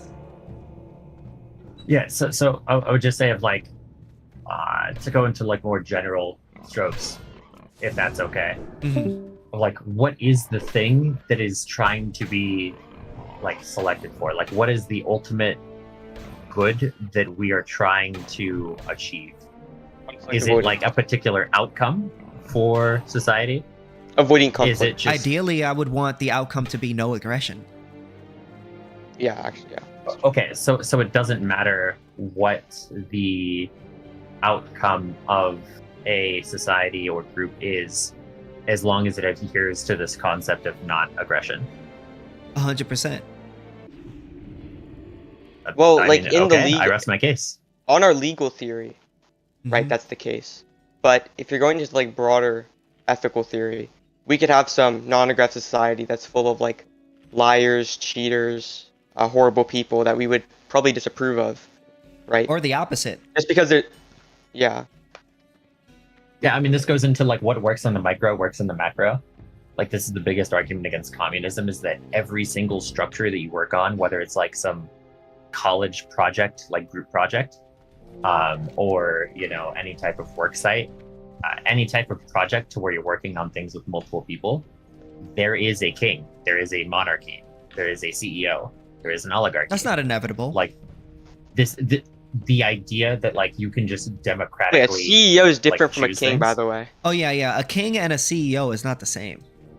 A The CEO point is, that's a the point is that in a small group, you're talking about like a leader. There's going to be yes. Yeah, a leader doesn't have leadership is to be fine. like. Hierarchy is okay, so long. What we're against is coercive hierarchy. Yeah, no. I'm arguing against communism here. Oh, sorry. Why are you arguing against? Oh, okay, got you. Communism. We're not communist. Like, are you no, trying no, no. to? He's saying I'm not saying you're communists. That's what communists believe. They believe in completely getting rid of all hierarchies, like all of them. Yeah. And that was essentially just saying is the point is that like what works on the micro works on the macro, in that the things that work in terms of how you make successful small groups, how you make successful like 100-person groups, is also the same thing that works in larger levels. So in that sense, like I lost track of how I was going to give that. Like essentially it's like, you know, there are so many examples of like I at one point came from like esports, right? Like that was the field that I did a lot of stuff in. And it's like you would have teams that were like literally getting into fist fights with each other and they're winning. And the fact that they got into those fist fights is what actually allowed them to win. Because also just certain cultures of like people groups are much more, this is especially common in like Counter-Strike, in that it is very like a nationalistic scene in the early days, to where you would have a Danish team, you'd have a Swedish team, you would have an Eastern European team, these kind of things, to where it's like certain cultures deal perfectly fine with just talking things out, like not really aggressing on people. And then other cultures like sometimes maybe need to get into literal fist fights with each other. And that's what actually makes them better. And if you tried to put one of those groups into the system of like, hey, let's just talk everything out, let's just be like rationalist individuals, that wouldn't succeed for them. That wouldn't work for them. I mean, if people want to fight consensually, we don't necessarily have a problem with that. And you're allowed to, of course, defend yourself. So we're not like utterly against violence. Like we're just against aggressive violence, aggressive in the sense we've talked about here. Yeah, we you we can believe still in have self-defense. like We believe in self-defense. I had a more specific way of like tying it in. Okay. But I lost it. I mean, that's okay. I kind of lost it too. Yeah. Yeah, it essentially just goes back into like, you know, the thing of like, it is, if you're thinking on like an evolutionary level, if you're somebody who believes in evolution, which I don't know why you would, the concept of like a society or a clade, a taxonomic category, a group, however you would want to define it, the existence is not necessarily the highest good, but it is like what would be considered like successful. So in this sense, it's like what makes a society tick for many generations is what happens to be good. And so in this sense, like going back to the subversion point, it is technically acceptable by the NAP to like, you know, let the subversive agents work their subversive magic because they're not technically aggressing. What's the legal issue with that though? Because we're saying that's not legally a problem for us in our theory, but then you're saying no, I have a legal issue with this. It should be prohibited. I don't know your specific theory when it comes to how you approach law, but like, I'm just wondering like, it's something to do with like the subversion. Well, like actually, that's, like, I'll actually give you this, right? Yeshua, whatever your name is. Yasuke. So Yasuke, yeah. So Yasuke, so here it is. There's nothing necessarily wrong with prohibiting certain behaviors, right? The issue is prohibiting behaviors on property that does not belong to you. So for instance, we're not against the idea of a covenant community, right? In which people have the right to kick out people who don't follow their idea or even religious beliefs or this and this and that. As long as you're the owner of that land, you have the right to make that decision. The issue is we don't believe the state has that right. Yeah, and so this is the thing is like, let's say like me and my these 10 people, right? Me and my 1,000-person community. I, like me and a bunch of the other like patriarchs who kind of like make the decisions, even though it's not like by force. We like excommunicate these people from the place, make it very clear that they're not there, ignoring the problem of like, oh, what if they have private property like in the middle of our land? We'd still have to interact with them in that sense. But let's just pretend that doesn't exist. Putting that aside, you would have the right to do. You would have the right to kick them out. Yeah. If assuming putting you're that the aside, owner. like that's putting that aside, that's perfectly fine. And it's like we are like blessed to be able to have the defenses for actually acknowledging and understanding what this person is doing and rightfully like getting rid of it. Because let's say the only reason that we found out that these people were bad was because like somebody accidentally like recorded and overheard them having private conversations. Just like they weren't intentionally trying to snoop, but they just accidentally happened to be overhearing them secretly talking about their master plan to do these things. So in this sense, we're really lucky to have this information of understanding that what these people's goals are and that they're not acceptable for our society.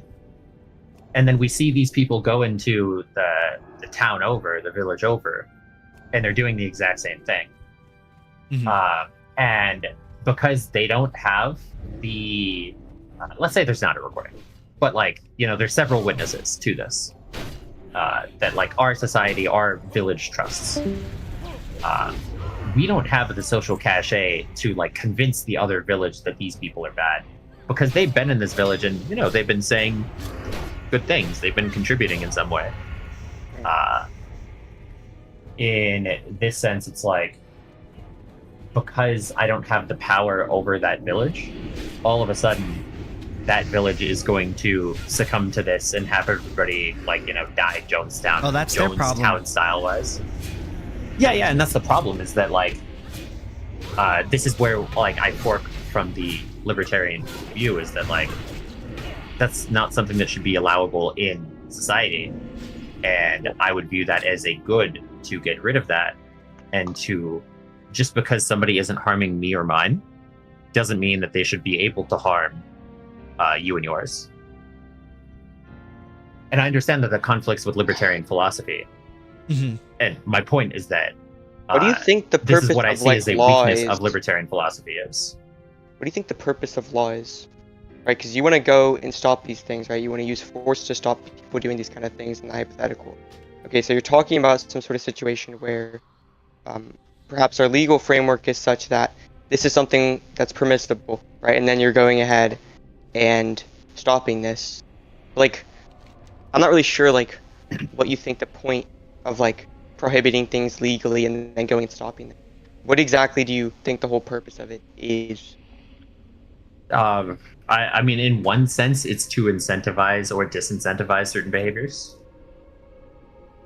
Ideally, those behaviors are either incentivizing good behaviors or disincentivizing bad behaviors. That's like the Steelman case of the ideal place of the law. Whereas, like, if you look at, you know, like the American Constitution, right? The whole, like, birthright citizenship thing didn't exist in a time to where you could just take a flight and be there, like, a day afterwards. That wasn't a concept that really existed back then, so it was an oversight. And so in that sense, it's like the law could be, as written, inadequate to deal with a certain newfound problem.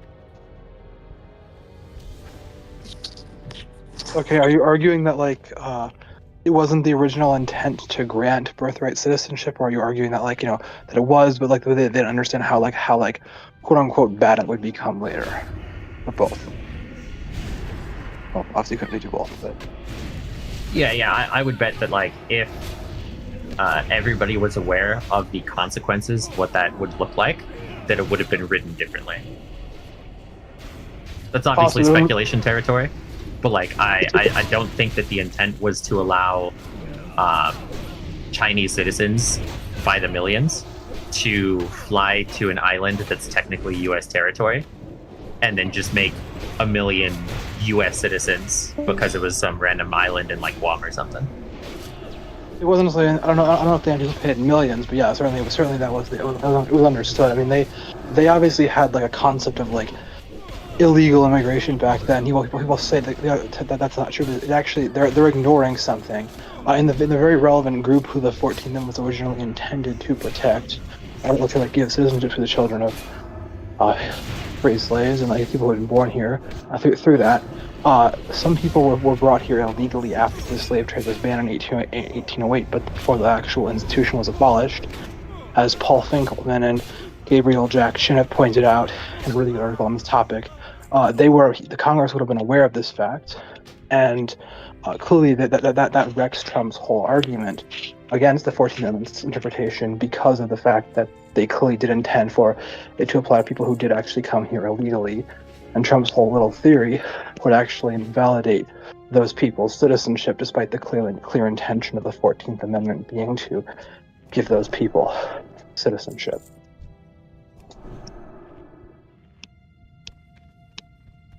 Yeah, I'm just saying speculation of like, it was a time to where America is so isolated from the rest of the world. Like, it's not like Germany to where you can just go over right away. It was a big journey to be able to go over. So in that sense, like, most countries don't have birthright citizenship.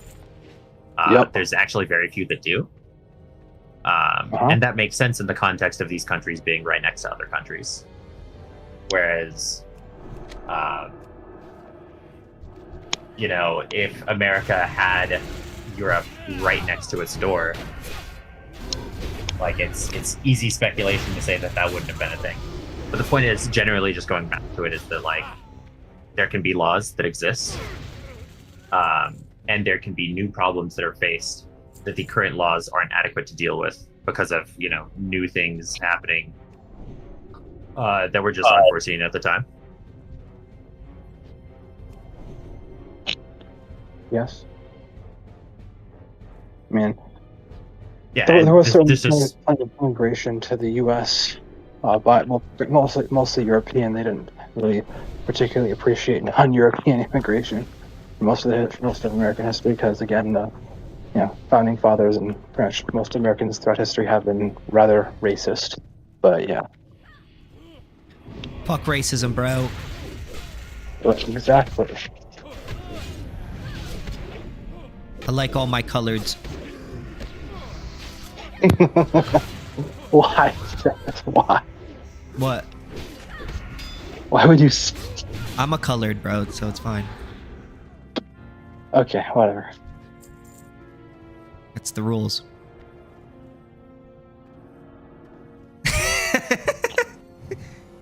Hey. Oh, wait, hang on. I was talking with the colored. I thought I was talking with somebody with self-ownership. My bad. Oh, my bad. As if I didn't know those things were mutually exclusive. So, yeah, since you're somebody that doesn't have self-ownership, it's not really any point in discussing anything with you. I didn't know that thing was. I didn't know that was mutually exclusive. Like, if you weren't one, you can't be the other.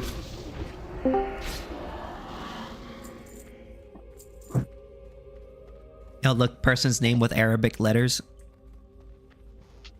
I have to commit to the bit. What's up? It's all good. How you doing? Oh, that was good, mate. I'm doing fine. That's good. You know what you know about anarcho-capitalism? I don't know. Not much. Actually, can I just say something about the last guy first, real quick? Yeah, sure. Go ahead.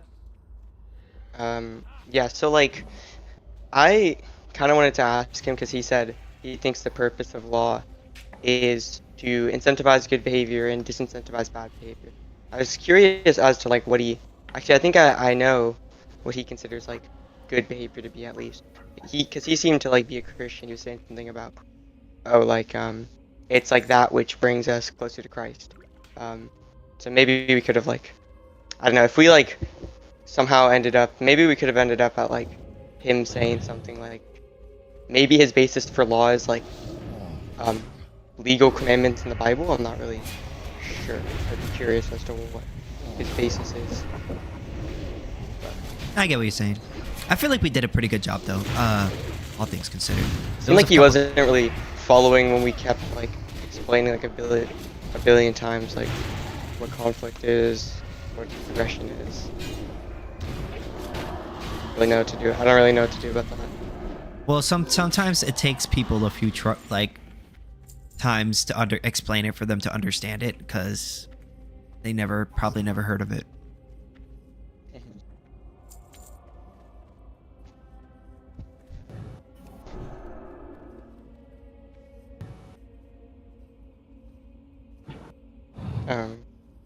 Does anyone have anything to say? Oh yeah. So could you like explain what anarcho-capitalism is, if you don't mind? Yeah. Anarcho-capitalism is the idea that people have the right to do whatever they want with their property. We believe in property rights, but at the same time, we're against the state. We believe taxation is theft. So we believe in capitalism, the free exchange of private property between individuals, but we're against the state because we believe taxation is theft. So therefore, that's why we're anarcho-capitalists. How should the government fund itself with this ideology stated? Voluntarily. Well, there wouldn't really be like a traditional conception of government. Yeah. Or there wouldn't be like the traditional kind of government. Think of. Yeah, I see.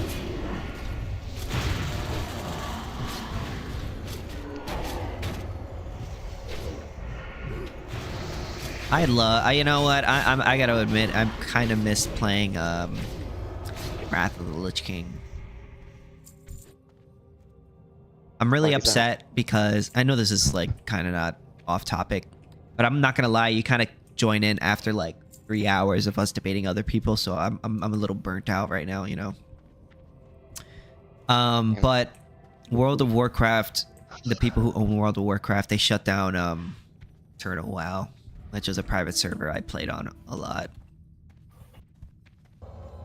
Is it gone now? Oh, I don't know if it's gone yet, but they're gonna shut it down, like, eventually. They lost the case, and, yeah.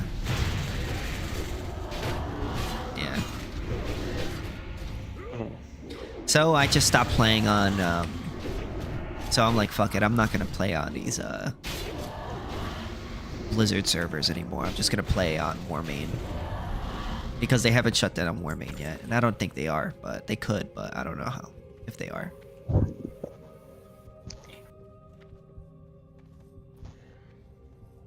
Oh, I appreciate you answering my questions. I'll go now.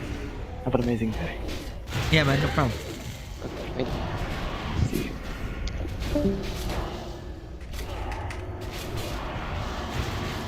I'm gonna finish this dungeon. I think I'm gonna go to bed. I'm not like. What was I gonna say?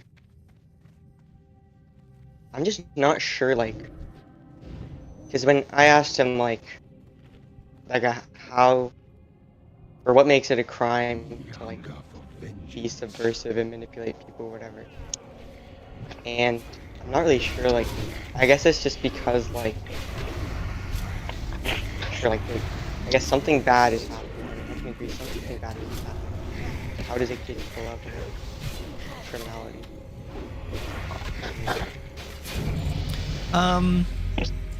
I think why would mainly, he mainly like, I'm not people even sure, like, do why that. is he even saying that? Like, it's literally, I don't know, it seems like it's just some kind of like, oh, well, like, this is something wrong, therefore we ought to ban it? Like, is that the inference? Like, I'm not, like, just because it's wrong doesn't mean, like, we should, like, that's okay to, like, prohibit it legally. Oh, they want to go again? Yeah, fuck it, I'll go again.